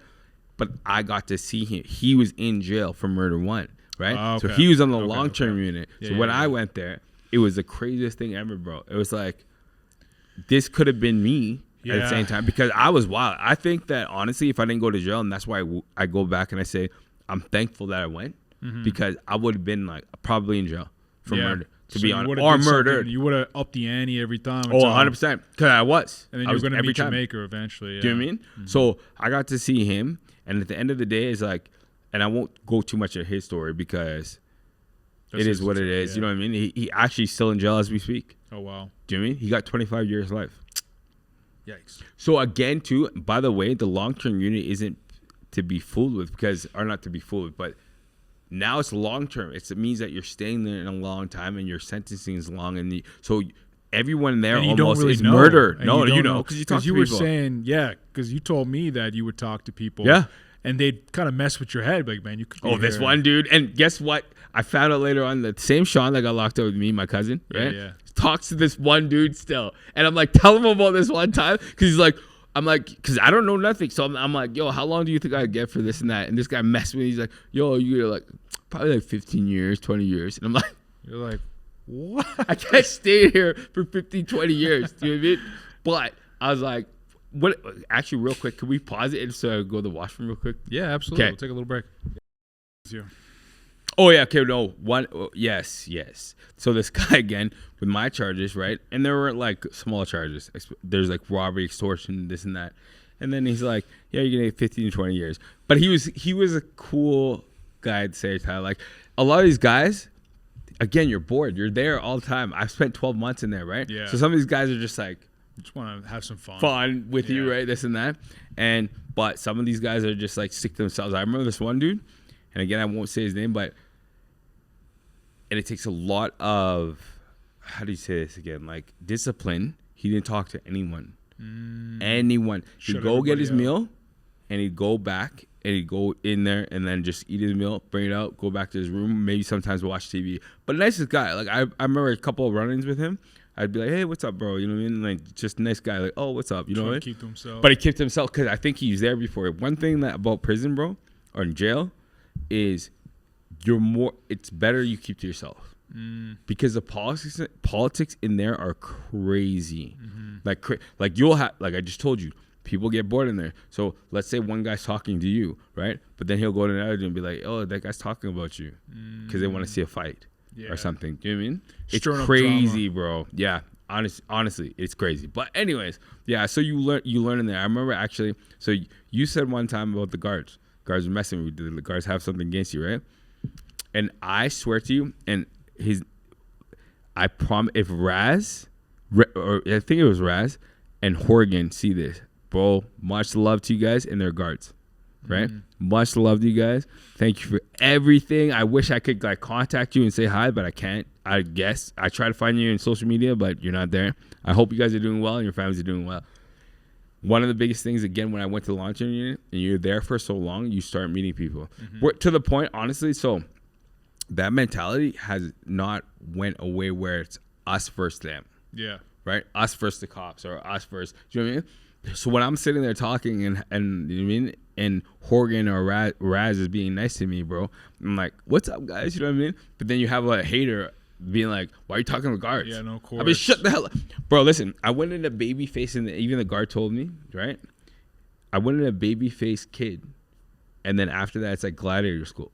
Because at that point, I got in a couple of fights, this and that. And I'm just like, what's up? Came out a little hardened. Exactly, right? You have to. Because at the end of the day, what are you if you sit there and you're sitting there and you're soft, you're just going to continue to be picked on. Yeah, 100%. 100% you will. And not even just that, even too, you have to, without the getting picked on, your mentality. The only way you can survive in a place like that is to understand where you are and to kind of live in your surroundings. Because you will go crazy if you don't. Right? Like I couldn't imagine the people, I was in there for 12 months. Some people were in there for like 4 years. And at the time, the conditions in that remand, like we already know, is so horrible. Actually, it was 2 for 1 because, so what 2 for 1 means is that you spend 1 day, it counts as 2 days towards your sentence, right? Because it was so deplorable. Bad. Actually, I even heard that asbestos, like it wasn't livable, right? It was really bad in there, right? So anyways, it was 2 for 1, right? So I spent 12 months in that place. Other people, I remember going in there, my roommate, and his name is Karma Legit, and he's awesome dude again, right? But he's like, and he was in there for fraud, a white collar crime that you never thought that you'd be in there that long. But he's like there for like 3 years, waiting, and then he finally got waiting. I seen a guy in there too, who he's my roommate, and his name was Darren, and he was a cool guy, but he was charged with 2nd-degree murder, and he was hoping that he would get out. And one day his lawyer called him and said the charges are gone. And they got out that day. And you never seen somebody pack their stuff so fast and get the hell out of there. You know what I mean? I can't imagine. He was 2nd-degree murder, and I think he was in there for like 4 years, bro. awaiting. Wow. Right? It was nuts. Dropped. That is nuts. Right? So back to my story. So again, it takes so long just to talk about, like, there's so many. Oh, actually, I have to talk about this. It was crazy. So remember I said that I have 4 siblings that live with me. But then later on, I found out that I had a brother and a sister on my dad's side, right? Yeah. Okay. So there's a guy named, he wouldn't care. His name is Biko in jail, right? And we'd play basketball. And like I said, I was talkative and I was friendly. So I got along with all the younger generation guys, right? Or younger guys, whatever, blah, blah, right? So he came up to me one day and he's like, your last name's Gooden? I'm like, yeah. All right. Like, where are you going with this, right? And he's like, your dad's in Jamaica? By the way, my dad got deported for a criminal charge. He stabbed somebody. I don't know. And he got deported. Okay. That's later. Plot twist. So anyways, he was in Jamaica. Anyway, so he got deported, right? So B came and he's like, yeah, your dad's in Jamaica? I'm like, yeah. He's like, your dad's name's Pat? I'm like, yeah. So how do you know all this? First of all, yeah, who are you? And he's like, what? He's like, just hold on a second, right? Then he talks to someone, right? He's like, yo, I think that I know your sister. I talked to your sister. I'm like, my sister? He's like, yeah, my sister, your sister from your dad's side. And I've heard about it when I was growing up, that there might be other kids that he has. I didn't know, right? And then he's like, yeah. Boom. I get on the phone with her. I'm like, yo, this is crazy. Guess who comes and visits me in jail? She visited you? She visited me in jail. What was that experience like? How old was she at the time? She's 1 year younger than me, which is nuts. So you were like 20? I was like 21, around there. No. I was like 20, right? Because 12 months, right? But this is in the middle of 12 months. So I was like 20, right? Yeah. Then she told me, so we have another younger brother as well on my dad's side that's 1 year younger than her. So put it this way. So if I'm my age and then she's 1 year younger than me and he's 1 year, my dad was getting around at the same time. God bless his soul. I don't know. That's up to him. But you know what I mean? Like, he was busy. He was a busy guy, right? So the first time I got to meet my sister was in jail. That's crazy. And honestly, we talk all the time. And it's like we talk like here and there. It's like we grew up together. We're like the same kind of people. That's awesome, man. Which is nuts. That is nuts. How did it feel like somebody that you haven't met but who is like a family member? The first time they're meeting you, you're kind of like behind bars. You have this like label on you. She didn't judge me. Feel any of that? No, not at all. Because the way we talked, I think she was, and that again, that's her own story. But I think she was, I wouldn't say used to that, but she probably had a lot of friends that went in there. Just like I was saying, she was talking to a guy in there. That's how. Yeah. Do you know what I mean? So there was no. I felt no judgment at all. And you didn't feel any shame or anything about No. Cool. Because at the time too, it's like, this is my life. This is who I was, and I was just meeting her, right? Right. This isn't always me, but it's like I'm in here this right now, part of my story, right? And we obviously talked about that, right? Right. This is where I'm at right now. That's right. Because of that, right? So there was no shame. She obviously, I think she even brought it up, and I did, where we obviously wish we could have met on better circumstances, of course. Right? But I'm just happy I met her. Exactly. That's a really healthy perspective. Yeah, 100%. So like I said, and ever since this day, like me and her meet up. She lives in Vancouver. When she comes down, or if I go to Vancouver, I go with her. Like, that's awesome. Honestly, it's like we haven't even like. And she had a baby at the time when I got out later on, right? And then she had another baby. So we're all like again, it's like we haven't, like we grew up together. Yeah, that's awesome, man. You know what's even more crazy about this story about her is that when I was out, and I have a younger sister, right? We always they hang out with the same people, but we never knew we'd always probably crossed paths a million times, but never knew. You guys were actually related. No, which is funny because she looks like me.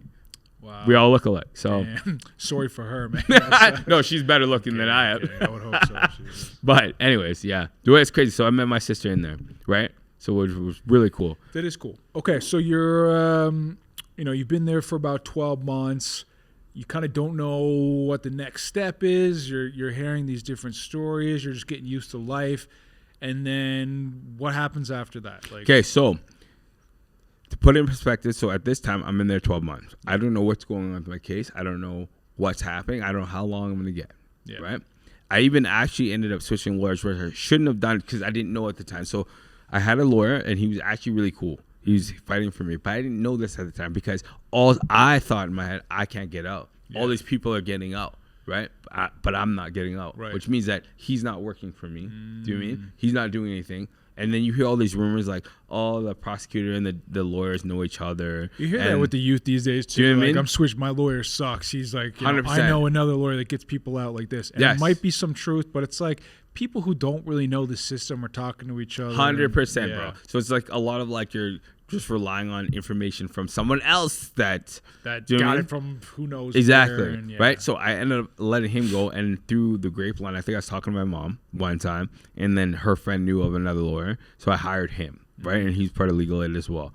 Which again, I'm not gonna say his name, but I don't think he was a very good lawyer at all, and he wasn't fighting for the youth. But again, I'm glad that I went, and I'm glad that everything turned out the way it did.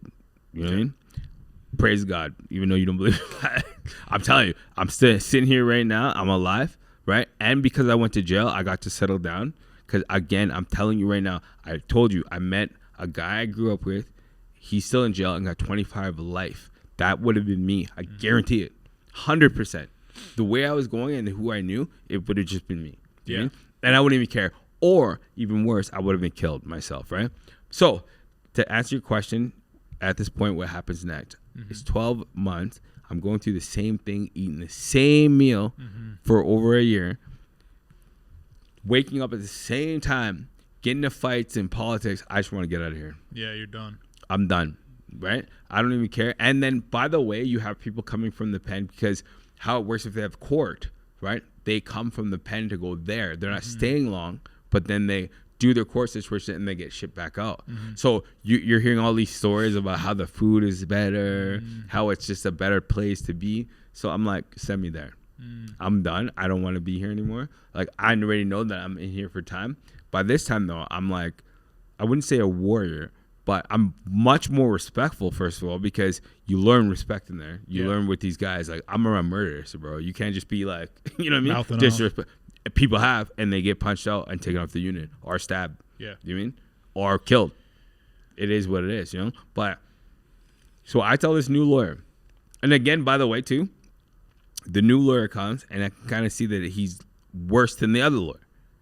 So I'm like, do I really want to sit here and try to fight this? Gamble. And they'll straight up tell you to like, in a way, because, and here's how it goes. And I'm sorry to say this, money is everything in that situation. If you don't have money, you get what you get. That's right. If you have money, like I told you, I see a lot of people getting out because they have money. But I also see a lot of people not getting out even though they have money. Do you know what I mean? So it is what it is. But so I see this lawyer. So I sit down with him one time, ask him to come see me. And by the way, again, it's not like when you're out here, I could just pick up my phone, call a lawyer. Over there, you're waiting for the phone, and I call him. If he picks up, if he's not busy, then he's like, yeah, I'll come see you in like 3 weeks. You're like, God damn. But that's just you. That's normal. You have no choice. Right? Do you know what I mean? So I'm like, okay, cool. Do you know what I mean? Because you get used to it after a while. When you're out, you're used to like getting things instantly, right now, right? Yeah. Or I'll go to the lawyer's office and talk to him. When you're in there, it doesn't work like that. Yeah? I'll come see you in 3 months. Nothing's on your time. No, exactly. Yeah. Or I'll come see you in 2 months. Word, I'm telling you, that's the way it goes, bro. Man. By the way, word means like, I promise. Like, yeah, I'm going back to word, bro. Anyways, so I tell him, I'm like, just take all the charges and put them together and then get me a sentence. Get me out of here. I don't care what it takes or how long they're going to give me. Just get me out of here. I don't care. Because at this point, I had enough. I don't care if it's 15 years. Collapse all your charges and plead guilty and get me out of here. Because I'm hearing all, and not to mention, like, if I'm going to stay here or if I'm going to be locked up, then at least put me in a place where I can work out and stuff like that. Do you know what I mean? Like, which all the federal prisons have. Yeah, right? Way better funding. Yeah. And better food. Better food. Everything, right? Better stuff. So I want to, if I'm going to be in here anyways, let me go there. You know what I mean? Whatever, right? So I remember he came back and he's like, yeah, we have a deal with the prosecutor, but our blah, blah, blah. So I forget what this guy said exactly, but he's like, we'll put he's the worst lawyer ever. I wish I could, you know what I mean? I'm just not joking. Because he didn't even tell you. I don't even think this guy told me how long. I was just like, just get me out of here. You know what I mean? So we go to court. And by the way, going to court is the most, and I was just talking about this the other day with another youth, bro. It is the worst thing that you could possibly. I just told you all the stories about getting searched. how you go to court is this, okay? And again, it's time. You wake up at like 8 o'clock. They shackle you to other guys that are going to court at the same time. So now you're walking. You ever see those movies where you're like shuffling, right? 100%. Like that's me, right? With everybody else, right? So we're walking to court because at the time, the remand and the downtown, I believe, the police station, I forget what it's called, but they had an underground system. Or the courthouse, the courthouse and the remand. Tunnel system. Yes, they had a tunnel system where you'd walk underneath, right? Yeah. So we're shackled up and everybody like jogging there. But the thing is once you get there too, now you have to wait. But this is not. Everybody go through. Yes. Like, so this is the thing, though. This is the thing that people don't understand. And I'm trying to make this explicit and real as I can because people won't believe it. Mm-hmm. When you go down, there's cells, right? And you get placed in every cell. It's not like out here you can wait in like the comfortable chairs or wait in your car and go to court. Bro, it's like a freaking like, it's all like cement. It's like Game of Thrones, Winterfell. No. I'd rather Game of Thrones. You'd rather be in Winterfell. I don't give a damn. They have comfortable chairs, right? This was not comfortable. It's cold. Damn. One, and it's free because it's all cement and bars. Yeah. And you're waiting there for like at least 6 hours till you go to court. Then, once you're done court, they take you to another cell because there's a middle medium or something. What do you call it again? Like, so they take you from the remand, bring you to this one place where it's like the middle ground, and then bring you to court, which have cells underneath, right? So there's 3 stages, right? Okay. And then once you're done court, if you get into court after 6 hours, right, then they bring you to the middle ground. Then you wait there because they can't have movement at a certain time. Yeah. And if there's dinner and you miss dinner, then they give you a bag with a sandwich and an orange. Okay? Wow. It's horrible. That sucks. It's the most horrible thing. I don't wish that upon anybody, bro. Then they bring you to your cell. Like, you're almost happy. Listen, you're in jail. You're happy to get back to your unit and your cell because you don't want to go. That's how bad it is. You're like, go there and you're like, yes, I'm home. That's right. Do you know what I mean? Yeah. Anyway, so I go to jail. I go to this guy and I told him sentencing before, blah, blah. We're sitting in front of the judge. And then the judge reads out my thing, blah, blah. And you know what he said to me? He's like, even though you're young, he's like, you're starting big for your career path of being a criminal, right? He's like, I'm going to give you 6.5 years. And it's going to make up for the time that you spent or that you're getting for 2 days for one. So he gave me extra time on top and made an example of me. So he canceled it out, basically. You thought the whole time, like, okay, I'm getting double time. Because even if I got 6.5 years plus the double time, then I would only be looking at like 4 years or something. Do you know what I mean? But he's like, hell no, I'm giving you this and canceling out that. So I'm like, crazy. Whatever. It is what it is. You know what I mean? I even remember, like, again, too, like, I started crying and everything. I'm like, I'm sorry. You know what I mean? Blah, blah, blah. And I was actually, you know what I mean? Because, again, the best thing about jail for me was you had time to think. Before, when I'm out, there's no stopping. Like, if I look back again, it's like, like you're on like meth or something. Like, every day is something new and you're just go, right? Opposed to jail, now I'm sitting in my cell and you stop and think. Do you know what I mean? So I got to think about and settle down a lot. You know what I mean? So anyway, so he gave me 6.5 years, and then now I'm sentenced, right? Which means now I was an end date. And anyone who knows this, that has got this before, got charged, an end date is the most beautiful thing because now you know what you're facing. Yeah. The whole time before, like, you don't know anything. That's right. You don't have an end date. Like, this could be, if you got people coming up, it's going to be 15 years. Yeah, like, right? But now you have something like, okay, at this date, you have something to like look forward to. Yeah, exactly. Because now I know, and I could tell my mom, my family, right? Like, they're huge support, right? My oldest sister, everybody was a very huge support. Thank you guys. My brother, my younger sister, everybody was huge, bro. Actually,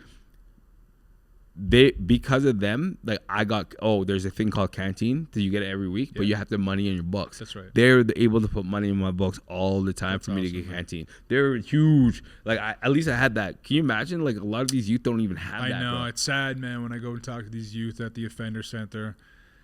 They don't have anybody. Like, they look forward to me visiting them. Yeah. And we're like, they're like, oh, I knew it was you. Aww. And, like, it's nice to hear that, but it's like, it's sad that I'm Your only contact, like you don't have parents coming visiting you. No one's putting money on your canteen. Yeah. A lot of them tell me they don't even understand like what court is. I had one used to be like, I don't even know what court is. I know I just like walk in and like they tell me if I can go home or not. I'm like, yeah, that's basically it anyways. Like you're not far off. But no, I had a lot of good supports on my side with my family. That's the one thing I'll say. Important. So, but anyway, so I get sentenced, and then get this too. You get sentenced, and now it's one time. Or sorry, you know how before you do a day and it's called time and a half, right? Yeah. Now it's just single time. That's right. So once you get sentenced and you're in there, it's single time. Mm-hmm. But they're like, yeah, we're not moving for like 2 months.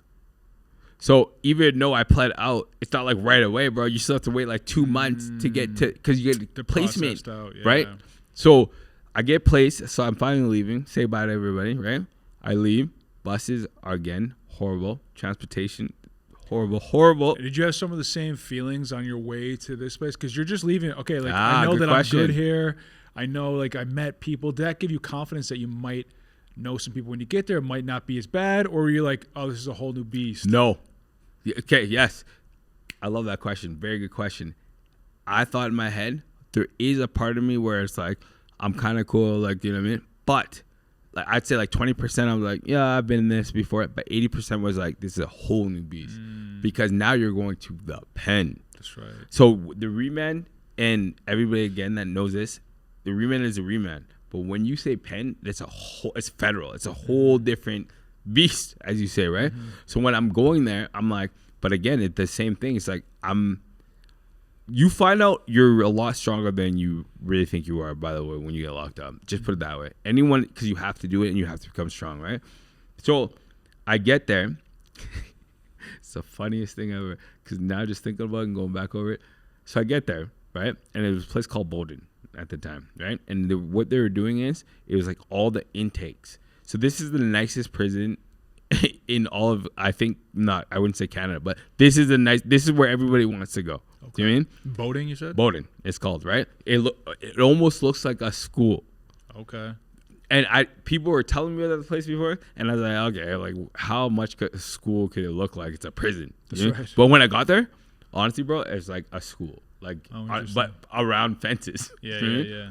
Anyways, so they bring me in there, right? And I was excited at the same time because it's new. You got to remember, I'm moving after 12 months of the same nonsense. You're getting some novelty. Oh, by the way, too, and I even forgot, in the remand, you don't see outside.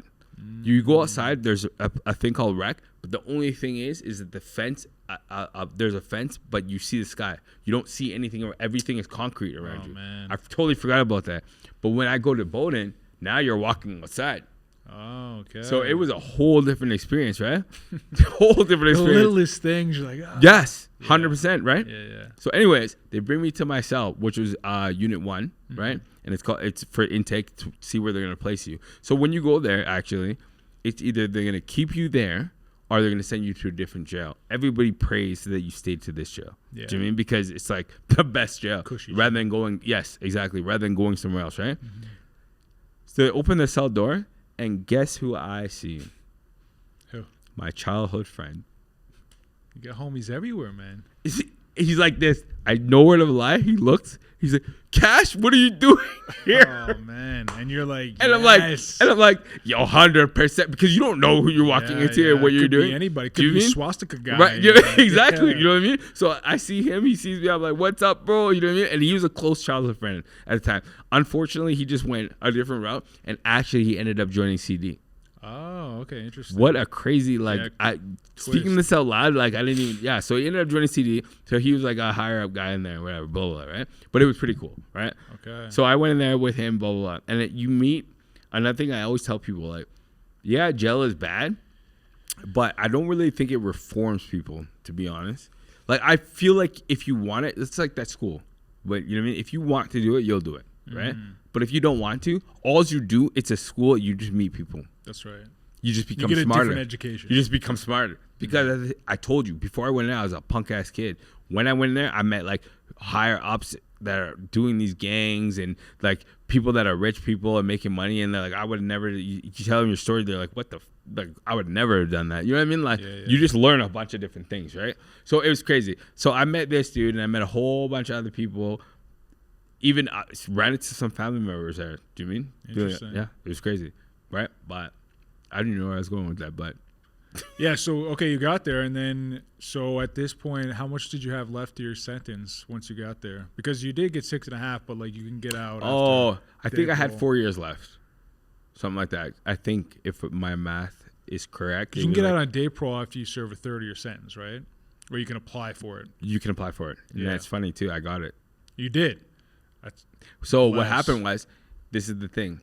Yes, I got in fights there because it's inevitable. Everybody gets in fights. But I was like one of the like outstanding inmates, so to say. Mm-hmm. Like I wouldn't get in trouble. I wouldn't talk to people. I would talk nicely to the guards. The guards talk to me. Yeah. I'd be polite. Do you know what I mean? Because I didn't. Again, it shifted, bro. I was a punk ass before, and I keep saying that because I really want that to. I didn't care. Mm-hmm. Like most of the youth we did, like I didn't care, bro. I was what's up, bro? Like, you know what I mean? And to now, I learned and I calmed down where it's like, oh yeah, no problem. You know what I mean? Like I learned a different respect. You worked that approach actually gives you more favorable outcomes. 100%. And because I was the same way, man. When I was in school, especially when I was young.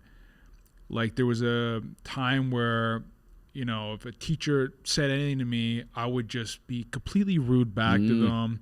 I would get suspended. I just like every time I acted a certain way, I had all these negative consequences. Yeah. And like I knew that if I just like chilled out, was a little more polite, I'd have more friends, I'd have more privileges because everything was being stripped away from me as well. Yeah. So kind of like jail where you're like 100%. Everything's stripped away from you. And it's because your behavior. And I think once I realized, okay, like you can catch more flies with sugar or with honey than vinegar, right? Yeah. So I started being more nice. So kind of like same yourself. Same thing. And actually, I was going to say another story. So I went to my roommate, I knew him. Then I knew a bunch of people there and met a bunch of different people. But you know what was crazy, bro? So I walk out, and this is a whole different ballgame again because when everybody's out, it's not like the remand.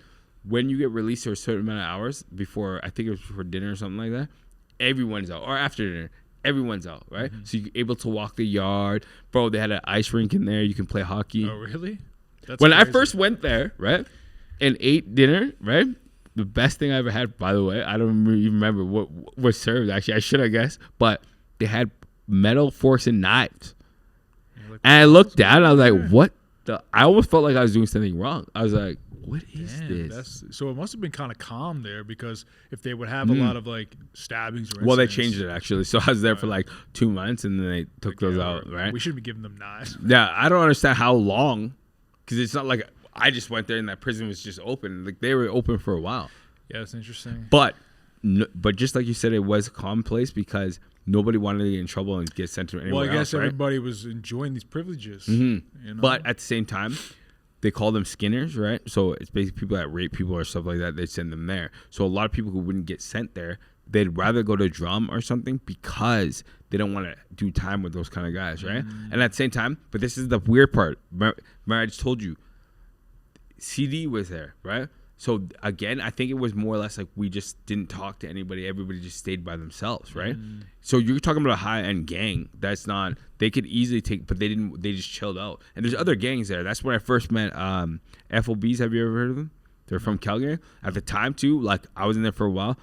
They came in there. So the hired guys that were on FOBs came there. So it's straight, fresh off the boat. Okay. And then there was fresh out the boat killers. And at the time in Calgary, they were having a serious war, right? So again, I just said hi to everybody. I was just like, whatever, you know what I mean? Like I just did my own thing, you know? But coming back to the story. So I walked around and guess who I ran into? I mean, let me guess. I'll give you $1 million if you guess. It shouldn't even be that hard. The cousin?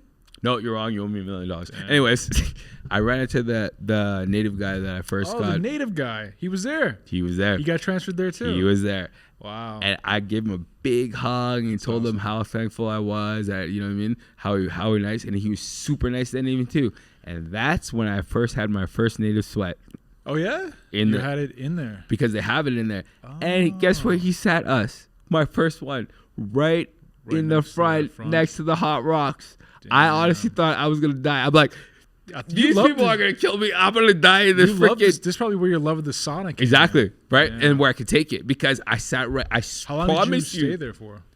And where in the sweat? Because probably long, like an hour or something. Yeah. No, was it an hour? I don't know. It was a long time, bro. Felt like an eternity to me. Yeah, no. To be honest, right? But anyways, so I seen him, which was super cool because I got to thank him and just be like, you know what I mean? And again, another familiar, another safe face. Yeah, like, 100%. This guy's safe. He's chill. Like, but you know what though? With jail, there is no safe. Right, but I guess what I meant is like based on your previous experience, like okay, I know he's not trying to stab me. No, because and it's sad, but yes and no. Right, like I seen him and it was a familiar face, but that's and you only learn this if you're in jail and especially for a long time that you can't trust anyone. Completely, and the only reason I say that is even my own friend that I got partnered up with, right? He could be told something from someone, right, or his gang, and he's gonna go with his gang and stab you. I've seen it all too many times. Same with that native guy. Yes, it's okay and have friendly faces, but the problem with jail too is that you really can't trust anybody because you don't know, and the politics there are like politics on steroids, bro. Like you don't know, right? So that's why a lot of people stay by themselves and just do their own thing. Yeah. Do you know what I mean? So yes and no is what I'm saying to your no, thing. That makes sense. I seen a familiar face, but you're still by yourself. Still kind of like, yeah, you got one eye open. Do you know what I mean? You're by yourself still at the end of the day, no, that right? Makes sense. Because I just told you, Matt, those guys I knew forever, but my roommate, and he got out, he's gone. That's right. He just packed his stuff and left. Yeah, you think guys he cares are all about your own independent like battle. Yes, 100%, right? Mentally and physically, right? So, yeah, but it was pretty cool seeing him at the same time. Like he's still. Again, you don't trust anyone, but it's still cool seeing a familiar face, right? Yeah, no, for sure. Okay, so yeah, you're in there for however long, and then you get day parole, so you get let out, and then you go to like a halfway house. Yes. Okay. So how it worked was, again, I was like a model inmate. That's what they call it, right? So, and by the way, so you're sitting. I think you're there for 2 months before they figure out where they're gonna send you or not. So I was there for 2 months, and then I talked to the CO. Right, and then he's like, "Yeah, you're gonna stay here," which I love the fact of doing so. And obviously, there's a lot of stories in between, stories after stories about how my family came and visited me and stuff like that. It was cool. I actually got big in there, right, because you started working out. I seen a picture before I went in there. I was like a skinny little guy, and then I started working out in there, right? Yeah. So I stayed out of trouble for most of the time, for most of the part, right? Then I got day parole. Right, and I didn't think I was gonna get it. And you have a parole officer inside there as well, right? That you talk to, and you know what he told me? He's like, "I'm putting my neck on the line. You better not disappoint me." And even then, he said it, and I was like, I'm never coming back to this place again. Yeah, it was for you. It was an actual deterrent, right? Because that's what jail is meant to be. Yeah. It's meant to deter people. You're meant to not want to go there, so you're not going to commit crimes. But as we've learned, there's some people that just don't give a shit. You got the native guys like, get warm, and we got youth all the time who, go to the offender center just because they don't care. They'll do whatever they want. Well, to them, for me, from what I got from them is like, there's no serious consequences, which really sucks because hopefully they don't turn 18, kill someone, and then are looking at life sentence. Yeah. And then realize it too late. That's what I see most of the time is that these guys don't even know what's coming. And I just told you, I had so many charges. I didn't even think that this guy's going to be like, no bail. But for you, it actually worked. For you, we're like, I ain't coming back here. Yes and no. Well, yeah, because I want to get into that because I do know. Okay, so. Well, like initially when you got released, you were in the mindset like, yes, I'm done. 100%, right? So, so I got day parole, then I went to the halfway house. Yeah. Funny story, actually, in the work that I'm working now, I went back to the halfway house, and one of the ladies still works there and remembers me. Wow. And they're like, "Hey, what's up?" Blah, you made blah, blah. An impression, obviously. Well, I guess so. I don't know. Hopefully it was a good one now. Anyways. But anyway, so I get out. I go to the halfway house. And then there's not much to say about the halfway. It was crazy because now at this point, I think I was inside for like 3 years, right? So it takes 2 years mentally. Like a doctor said it to become institutionalized, and it takes 2 years to unravel and become normal, whatever, right? So they're like, the first thing that these guys said to not do was to go to a mall. Because now it's in the open and there's so many people, so it might spook you or trip you up, right? Yeah, it'd be a lot all at once. Do you know the first thing I did when I got out? Went to the mall. Yeah. Because that's just, I was like, let's see. We're going to figure it out. Right, exactly. We're going to go in the deep end. And I remember it distinctively, my older sister took me, actually, but it didn't faze me. At the time. I was just like, this is cool. You know what I mean? I even had calls come back from the jail, and they're like, and I messed up because you're not supposed to. Here's the thing: you get jail food inside, right? But at this time, I can go get a burger or like, you know what I mean? And these little things that we take for granted now are huge, right? And I messed up because I was talking to these guys, and I was like, yeah, I'm just at McDonald's grabbing a burger. And they're just like, and they're like this, like, oh, and I'm like, oh, sorry, guys, I didn't even realize, you know what I mean, what I was saying, you know. Anyways, I was in the halfway house for a while. Then obviously good behavior again. I got out, right? What was your plan though? Like, because you had all this time to think. Now you're in a halfway house, and I've worked as case manager in a halfway house, so I know that like you sort of have to like monitor what people are doing. And while you're in a halfway house, I don't know what yours was like, but they try to ensure that you're working on various goals. So 100%. I would check in with them every so often. I'm like, all right, so what are you doing on the employment front? What are you doing on the housing front? Right? Like, what are you like? You're working towards some goals. It's not just a free ride kind of thing. Yeah. So what were some of your goals? Was it still like music? Music. 100%. Okay. So you're actually, while I was inside the whole time too, I was writing. Right. Okay. So my whole plan was to get out and do music, and I always talk to my family about that. Right. So I didn't really have anything other than that, but to stay out of trouble and then to do music. And by this time, bro, it was so trippy. When I first went in, you know the flip phones? Yeah. The Razr just came out, right? There was no smartphones. Those were hot. I remember the Motorola Razr. It was nice, right? Yeah. Yeah. They were sick. But then when I got out, I think that's when the smartphones started to get implemented. Oh, damn. You're like, what is this alien technology, man? I'm telling you don't know. Like, even guys that are inside, like, right now, I feel bad for them. When they get out, they're going to be like, what is going on here? No, I can't imagine. So, anyways, I mentioned that point just because I wanted to emphasize about the music industry now. Now you have internet. Now you have Facebook. Facebook didn't come out and came out while I was inside. Damn. Right? So now you have all these things that you can use as tools to get your music out there. Right? We didn't have that before. That's right. Do you know what I mean? So again, my whole goal was music and to try to like build a profile. But of course, now you have to find a job. So life gets in the way. Do you know what I mean? You start doing things. Do you know what I mean? And also, I think I was like 23 or something when I got released. So my point at the time, and I swear I wish I could go back, but I thought I was old. Oh yeah, 100%. 23, and getting out of jail and the life I had in a short period of time, I was like, I'm old. Like I can't. There's no point. It's all over for me now. Exactly. Yeah. Exactly. I was like, I'm not gonna go back to school. Like I'm too old for that. You know what I mean? I'm just gonna continue and maybe do music and hope that I'm successful in that. Do you know what I mean? And then I got a job. And then actually it was so funny. My parole officer, do you know what's so crazy, bro? So with parole, and anybody tell you this, they're always on the edge because your parole officer can actually literally send you back for suspicion of looking suspicious. Jesus. So he could just look at you and be like, you look like you're up to something, bro. Like, back. Interesting. And you go back to jail. So at this time, you got to understand, like, I am doing everything in my power not to, like, do anything. That's right. Do you know what I mean? So I'm going to work. Where were you working to? It was called a valve company. It's called, what is it called again? Just what kind of work was it? Valves. So I used to make valves and stuff like that. Valves, shut valves for the oil fields. Oh, okay, cool. So yeah, it was pretty cool. But this is the thing. I was about to say, so your parole officer, everybody has a parole officer when you get out, of course, right? And at the time, I had to see him every week.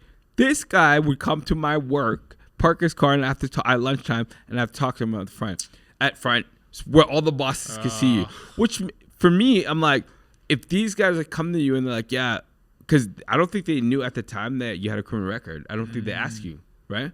But here I am meeting this other dude every week. Yeah. At the thing. So I'm tough. Like, that's a little crazy. Yeah, you know what I mean? But I still made it through. My bosses like me. I'm respectful at this time. Like, totally different shift, bro. Sure. From where it was. You had a whole new appreciation. Yeah, of everything, right? And then here's another thing. The processor's office, bro, was in the South Side police station. this is why that should be, because anybody on parole will tell you, if you have to walk into a police station every time, you're going to be nerve-wracked. Mm-hmm. You just got out of jail. You just got to, you know what I mean, charged, blah, blah, you went through the whole process. And this guy could tell you that you look suspicious and you go back and you're in a police station. Mm-hmm. That's why it's messed up, right? But at the same time, it is now I don't like it is what it. But back then, you're like tripping out. Yeah, not really. Every time you go see this dude, you're tripping out. Yeah, like I'm way too close to the. I have a life now. You know what I mean? Like if they send you back, you don't have a life anymore. You know what I mean? Ugh. So, anyways, so I got through that, and this is where I started to take a turn, right? So, and this is the truth. This is the honest truth. Remember the story I was telling you about guys buying $200 shirts and stuff like that, right? So obviously you get a certain status by coming into jail. It's just the way it is. Get a little clout. Yeah, it's just the way it is. Yeah. I did some time, blah, blah. Then I had my cousins, and I still had friends on the outs that I go and chill with and whatever, right? And I still drink and still do whatever, right? But then I met people along the way, and good friends, and they're good people, actually, really good people, but they still do what they do, and they believe in a different life. That's up to them, right? But I remember seeing these guys, and what really irked me too. So I had a fling with my now daughter's mother, right? And when I got out, and I was still on parole at the time, and then me and her fell madly in love, blah, blah, blah, and then I had my daughter. By the way, my daughter was a mistake. I asked her for my daughter, do you know what I mean? And then she got pregnant, and then came along my daughter, right? So now you got to imagine, I'm working, even though I'm on parole, and I tell everyone this, and I tell the youth this, it's different from when you're inside, from when you come out. Your mind can change because there's other things that grab your attention. You know what I mean? Or like, what do you call that again? Like, you want to do these things. You know what I mean? I forget the word. I'll think of it after. But so I'm working my ass off for this amount of money, and I'm about to have a daughter. And the way I thought about it is look at how I was before. Do you mean? If I'm not there for her, then she's gonna get in trouble, right? And she totally turned out, like, I'm so proud of her. Like, she did not turn out the way, you know what I mean? Like, she is a good kid, honestly, and good, and continue being a good kid. Anyways, she's a good kid. But at the time, so I'm watching these guys buy like $2,000, whatever, spending crazy amounts of money. I actually went, chilled with my friend, and then I have to go to work in the morning, right? So I'm out all night with him, and he's buying drinks and stuff like that. And I'm talking. Get up. So then I'm like, yo, bro, you have to drive me to work in the morning, right? Nice house. Yeah, you're like, fucking bullshit. And I can ease. And by the way, you got to remember this too. All the while, all my friends are like, yo, why don't you just hustle with us? You know what I mean? Yeah, you have the connects. You could just easily piece two and two. Yeah. I could just be like, yo, hook me up. Yeah, exactly. Do you know what I mean? And they would just hook you up, which ended up happening, right? So anyways, I go to work all the time on parole. And I kept saying no, by the way, because I'm on parole. I ain't going back. Right. You're too close. Do you know what I mean? I ain't going back. Yeah. But my parole ends. And you're like, free. I'm free, right? But then my daughter's coming. So you're like, I don't have any money. Yeah. I'm working all the time, right? So I'm like, if I could just make the same amount of money this guy's making, instead of buying $1,200, or anyone for the matter, a bunch of people I know, instead of buying $200 shirts and this and that, then I'll be good. If I could take that money and work on music, because remember, the goal is music still, right? It's always been music, right? Yeah. Then I will go and I'll do that. First, again, and I won't get into my story of like how I started because that was nuts, but then I get things from these guys, right? Then I start to hustle. Then I quit my job. Then I start to hustle more. And it was a climb. And for those that people think that it's easy, you could just go hustle. It's not. I had to build my own phone and build it. It's again, transferable skills. If I could do that with the legitimate business, bro, then you're good. You know what I mean? Yeah. But anyway, I started making the same amount of money, like crazy money. And then I started buying $200 shirts, didn't start working on music, started drinking all the time, started hanging out with more people, started carrying guns, started getting into those kind of things, right? But at the same time, I didn't want to go back to jail. But see, it's a gradual thing. It's like, I get out, and temptations. That's the word I was looking for before. There's a bunch of temptations, right? So when I'm chilling, I have to go to work, and this guy's like, no, I'll just give you this, and he's driving a new Lexus. And you're like, damn, would be nice. I don't even have a car at this point. I'm taking the bus. Yeah, you know what I mean? Dude. And it's right there. He could just give it to me. You see a way out. Do you know what I mean? Other path, it's very hard to see the angle. It just feels like a constant, like, suffering escalator, not a motivating ladder. Yeah, 100%, right? Yeah. And especially when you're watching these guys making like, buddy, we used to go to the bar. This guy's spending like $2,000 in one night. Yeah, that's the tough thing about like minimum wage jobs, dead end jobs. It's like people, like, the harder you work doesn't necessarily mean that you'll move up this ladder. Like, sometimes there's no movement in these jobs, and they just expect a lot out of you. And then you feel exhausted when you get off. You're sometimes unable to work on other goals, right? Or you have other pressures, like you were having a daughter or whatever it may be. And then you see this other lifestyle where I could just put in more work and hustle, and I can actually see the payoff, and it's coming much quicker. And so I could see how a lot of people make that shift, right? 100%. And I can understand it. But I'm going to get to the point why I quit that, right? And again, I'm going to get to this. I think it's super important to mention it's not, it's a gradual thing. It's not like I just got out of jail. I did not want to go back there. So why would I take this chance? And actually, I remember sitting there one day and thinking to myself, I was like, do I take this chance right now, but then my daughter won't have to worry about anything? I can make sure I'm rich and I have money and she's good, right? Which did happen through as she's growing up. Anything she wanted, I have the money to do so. That's right. She wants a new bike and learn. I'll go grab. And I'm talking like expensive. She lived a good lifestyle for a little bit, or she still does. But you know what I mean. Like it did have its perks, right, at the time, but. Looking back on it now, right? I know I'm going back because I have to tell this one story, but looking back on it now, that is the worst thing you can do. At the same time, who knows that somebody hates, just like we're talking about, comes and shoots up your car, your daughter gets hit. Do you know what I mean? There's so many factors. Somebody robs you, you go to jail, which almost happened, and I'll get to that again too. So it's a gradual thing. It's not like I just came out of jail. I'm like, yo, let me hustle. Do you know what I mean? I just told you I was working. I seen these dudes. These guys are making money, doing like crazy. I think I'm not a punk anymore. I'm not just gonna go start fights. Actually, I'm total opposite. I make more friends. That's why I was able to, like, I know different crews and I talk to them because I don't, you know what I mean? I'm not a punk ass kid. Like, I'll talk to you. Respect gets respect. You know what I mean? But anyway, so at this time now I'm starting my own firm. Now I'm rich. I'm making money. I have people working for me. Do you know what I mean? And actually, I don't know if this is discriminating or not, but you know what I mean? Like, I'm not part of that anymore. So, you know what I mean? Anyways, I go to Mexico. I come back. The table's full of money. It's not, I have money, bro. Do you know what I mean? Like, I'm a millionaire. You know what I mean? But yet, more drinking, more whatever, more spending. The faster, more buying these clothes, trying to keep up with that. Do you know what I mean?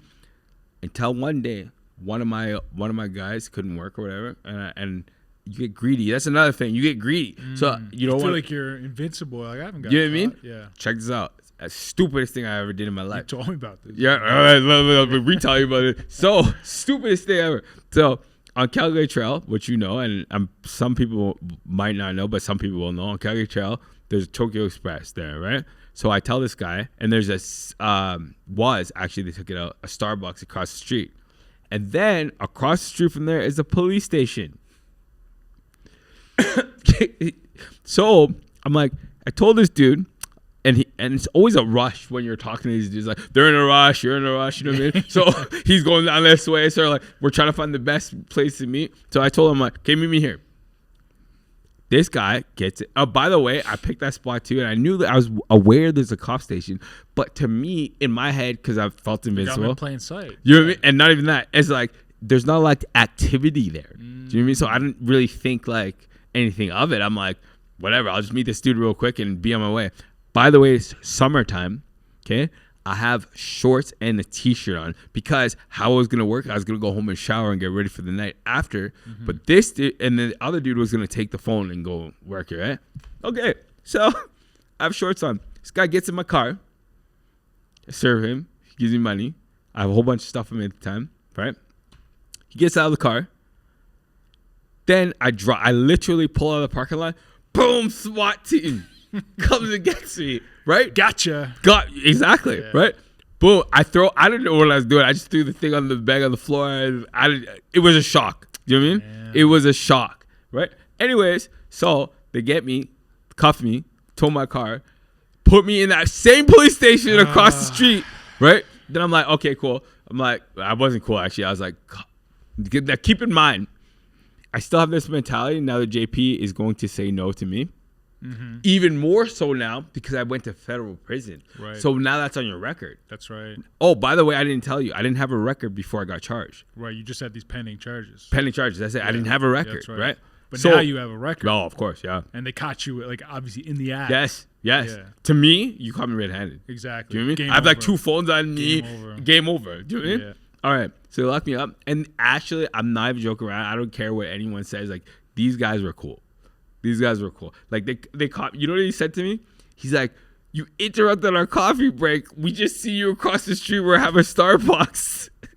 And it is what it is. I'm like, I'm sorry, man. Yeah. Then also I asked, I'm like, I'm probably not getting out for a while, right? And the first person I apologized to secretly, I promise you, I was like, sorry, Victoria. It's your daughter. Yes. Because at the end of the day, this whole thing was so I can make money and like be rich and blah, blah, blah. So she can have a better life. You know what I mean? That's right. But anyways, so I asked them, like, I'm probably not getting out for a while, guys. Can I get a smoke? Right? And they actually found me one. Right? And which is crazy, bro. Because, again, it's at the respect thing. If I was like, F you, like, there's no way. Yeah, you know exactly. So they take me out, I have a smoke, get put back in the cell. They take my phone, blah, blah, blah, tow my car, right? Then they take me, saying this out loud, actually, like, I didn't know there were so many, like, dots connected, right? Take me to the downtown police station. Now, why I said I had shorts on and I had a tank top on, because it is freezing. Anyone who's been down there understand it is like you have to wrap. I was trying to like sleep, and it's not, again, it's like 8 hours like you're sitting there before processing. I was like trying to take my t-shirt, wrap it around my legs and sleep. Like it was the most horrible. It was cold, and you were like always cold anyway. Yes, I'm always cold now. Notoriously cold. Maybe that's where it comes from. Like I'm probably they chilled you to your scarred, bone. You know what I mean? Yeah, everywhere we go, you're cranking the heat up. I'm like, dude. In summer too, by the way, these guys get in my car, the heat's on. They're like, "What are you doing?" Yeah, literally, it's like 30 degrees out. I get in his car, it's blasting the face with heat. I'm like, "What are you doing, man?" Anyway, okay, so I get in the jail cell. I'm waiting to get released, or not released. I'm like, I'm waiting to see the JP, because how it works, you get a charge, you go see the JP, right? So I was walking. It was my turn to go see the JP, and then a police officer came, right? And he's the one doing the hearing. So it's you versus him, and if they don't give you bail or not, whatever, right? He comes to me, and you know what he asks? He's like, he looks at me straight up, and by this time again, I'm like a humble guy. I'm just like, you know what I mean? Whatever, right? And he's like, forget what he says. He's like something. He said something, and I looked him straight in the eyes, and I was like, "Yo, man, I haven't been in trouble for like 10 years. You know what I mean? Blah blah blah." Like, and I was obviously at his discretion. I was like, "I haven't been in trouble, man." He's like, "Oh no, you know what he said?" He's like, "Why should I give you bail?" Right? And then I was like, "I haven't been in trouble for like 10 years, blah blah blah." Right? And he looks at me in the eyes, and he's like, "Okay." He's like, "It sucks, but I have to give you like $2,000 bail," right? And in my head, I'm like, "Well, that's all right, man. Like I can ask my family or something, right?" But in my head, bro, I just told you, I make crazy amounts of money. Like, I was like, in my head, I was like, yes, bail. This guy's gonna ask for. He's and it's 2 G's. I'll get that right, bro. As soon as so I go to the bail hearing. He says to the JP. Now I knew it was. I think it was like, oh, let him out and follow him or whatever. Who knows, right? But anyways, go to the JP, right? Then he's like, and then he said the police officer, he's like, yo, we're gonna give him bail, like whatever, for $2,000, right? JP lets me out. First person I call, my mother. Guess who shows up? My mother. Guess who brings the money? My mother. That's what I'm saying. My mom is always there. You know what I mean? Yeah, yeah. Guess who ran out of that police station real quickly to the car? Like as soon as they let me out, I was gone. Right in the car. Let's get the hell out of here right now. You know what I mean? Yeah. Anyways, so, but this is the perks. Or not perks. This is the catch to it, though. They let me out, but they put me in house arrest.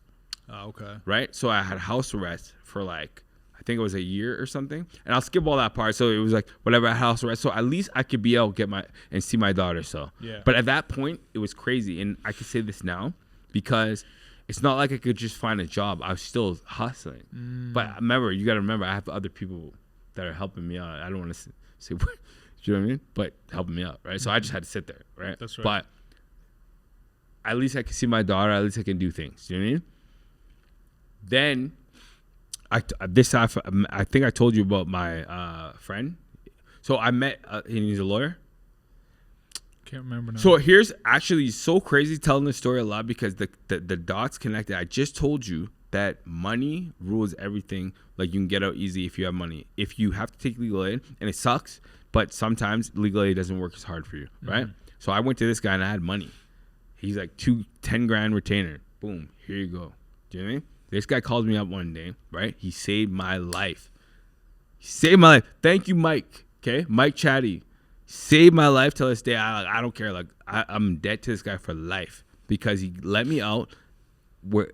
So he called me one day, right? And I didn't even have to step foot in the courtroom, bro. Because usually how it goes, you step foot in the courtroom, this and that. This guy calls me one day and he's like, pop the champagne. I'm like, you didn't. Because in my mind, I'm thinking I'm going back for a long time because I was just in federal prison. Yeah. So if I get sentenced to this, that's it, bro. Game over. Do you know what I mean? Like the judge is going to, again, I just got 6.5 years. If he says to me again, I'm going to get another 6, maybe even more. Who knows, right? So the whole time I'm thinking this, right? Will still doing this other nonsense, right? So he's like, pop the bottle.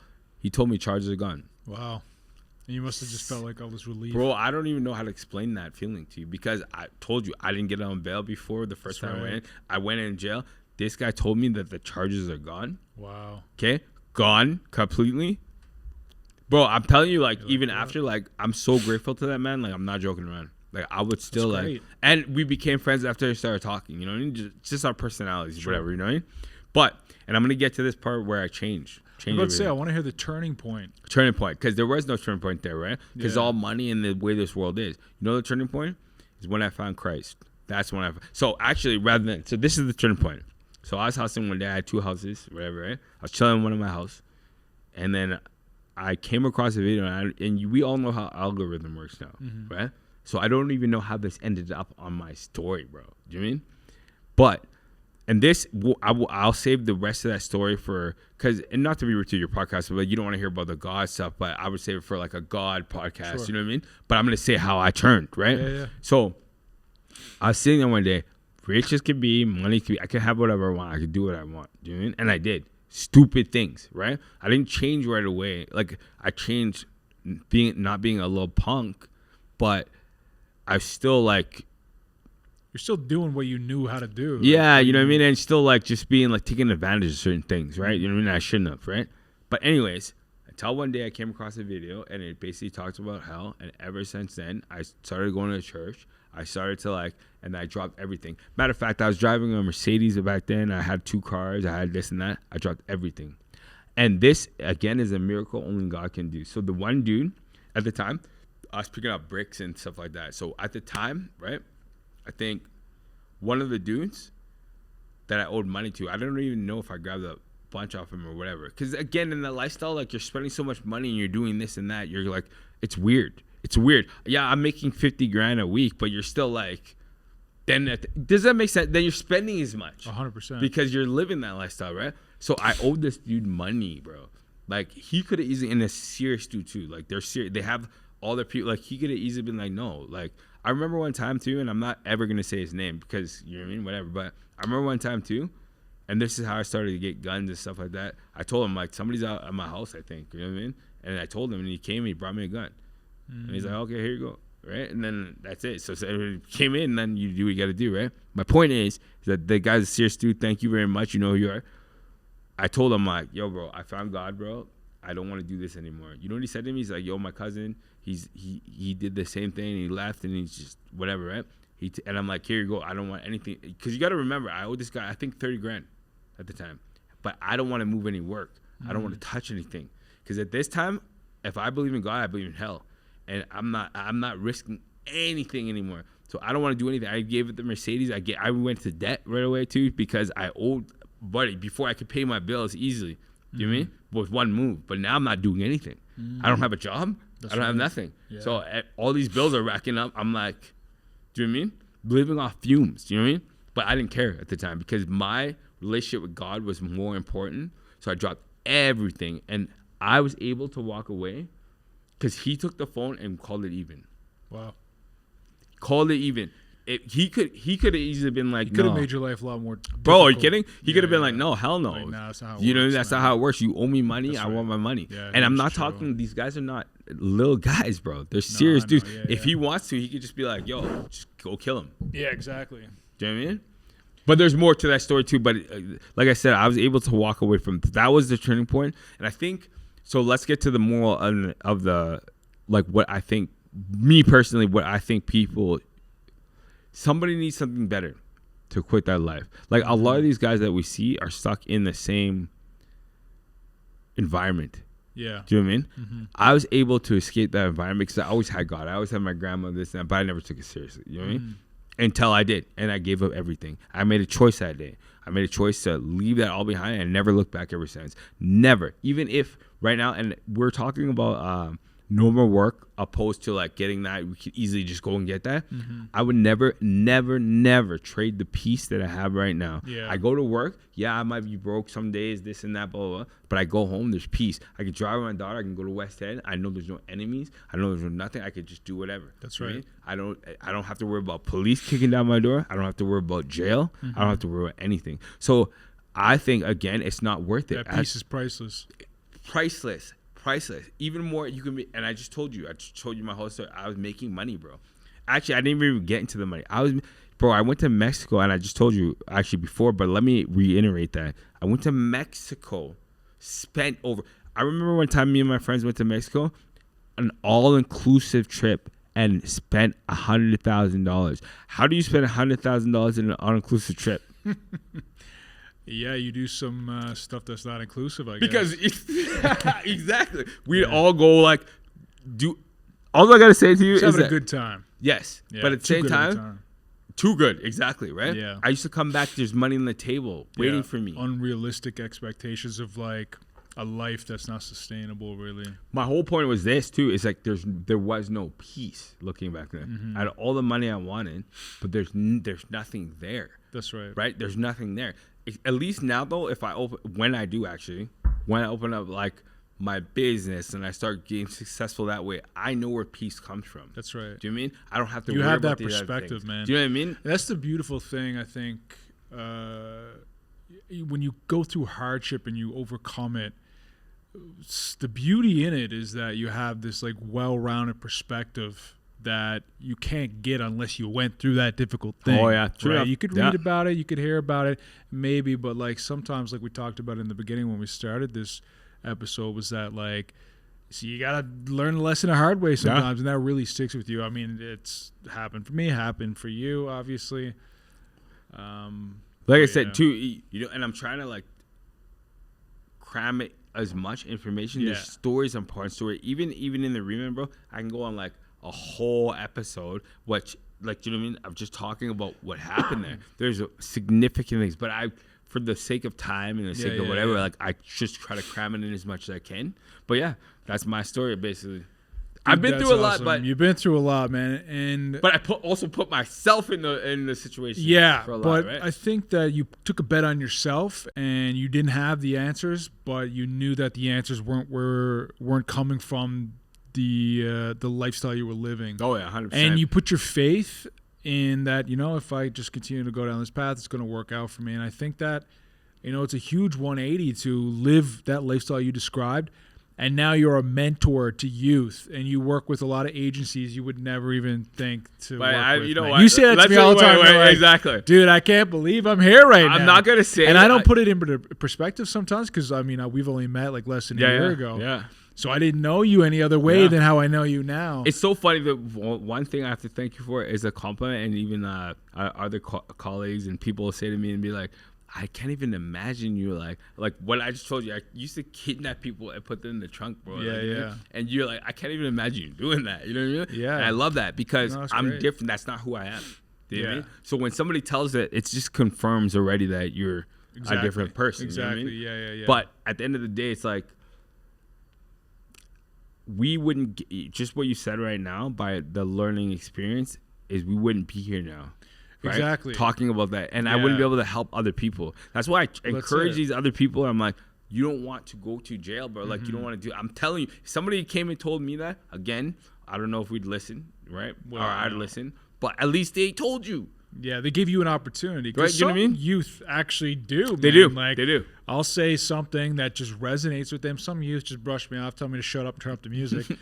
But some actually like listen to me. Yeah, and 100%. listen to you. I mean, we have a youth who we work with together, and he's like very into talking to you and learning about your life. And I'm like, this is great, man. This is exactly, what positive you could draw from all that. From that negative, right? 100%. Yeah. So. Yeah. All right, man. Well, thanks for coming on. I really appreciate it, man. We'll probably have to do another one of these because, trust. Yeah, we brushed over a lot there, but I just wanted to get you on. So, Of course. I mean, like I said, there's more and more. So I'll tell you off camera. Well, you know what I mean? Yeah. I hope I didn't. Anyways. All right, bro. All right, peace, bro.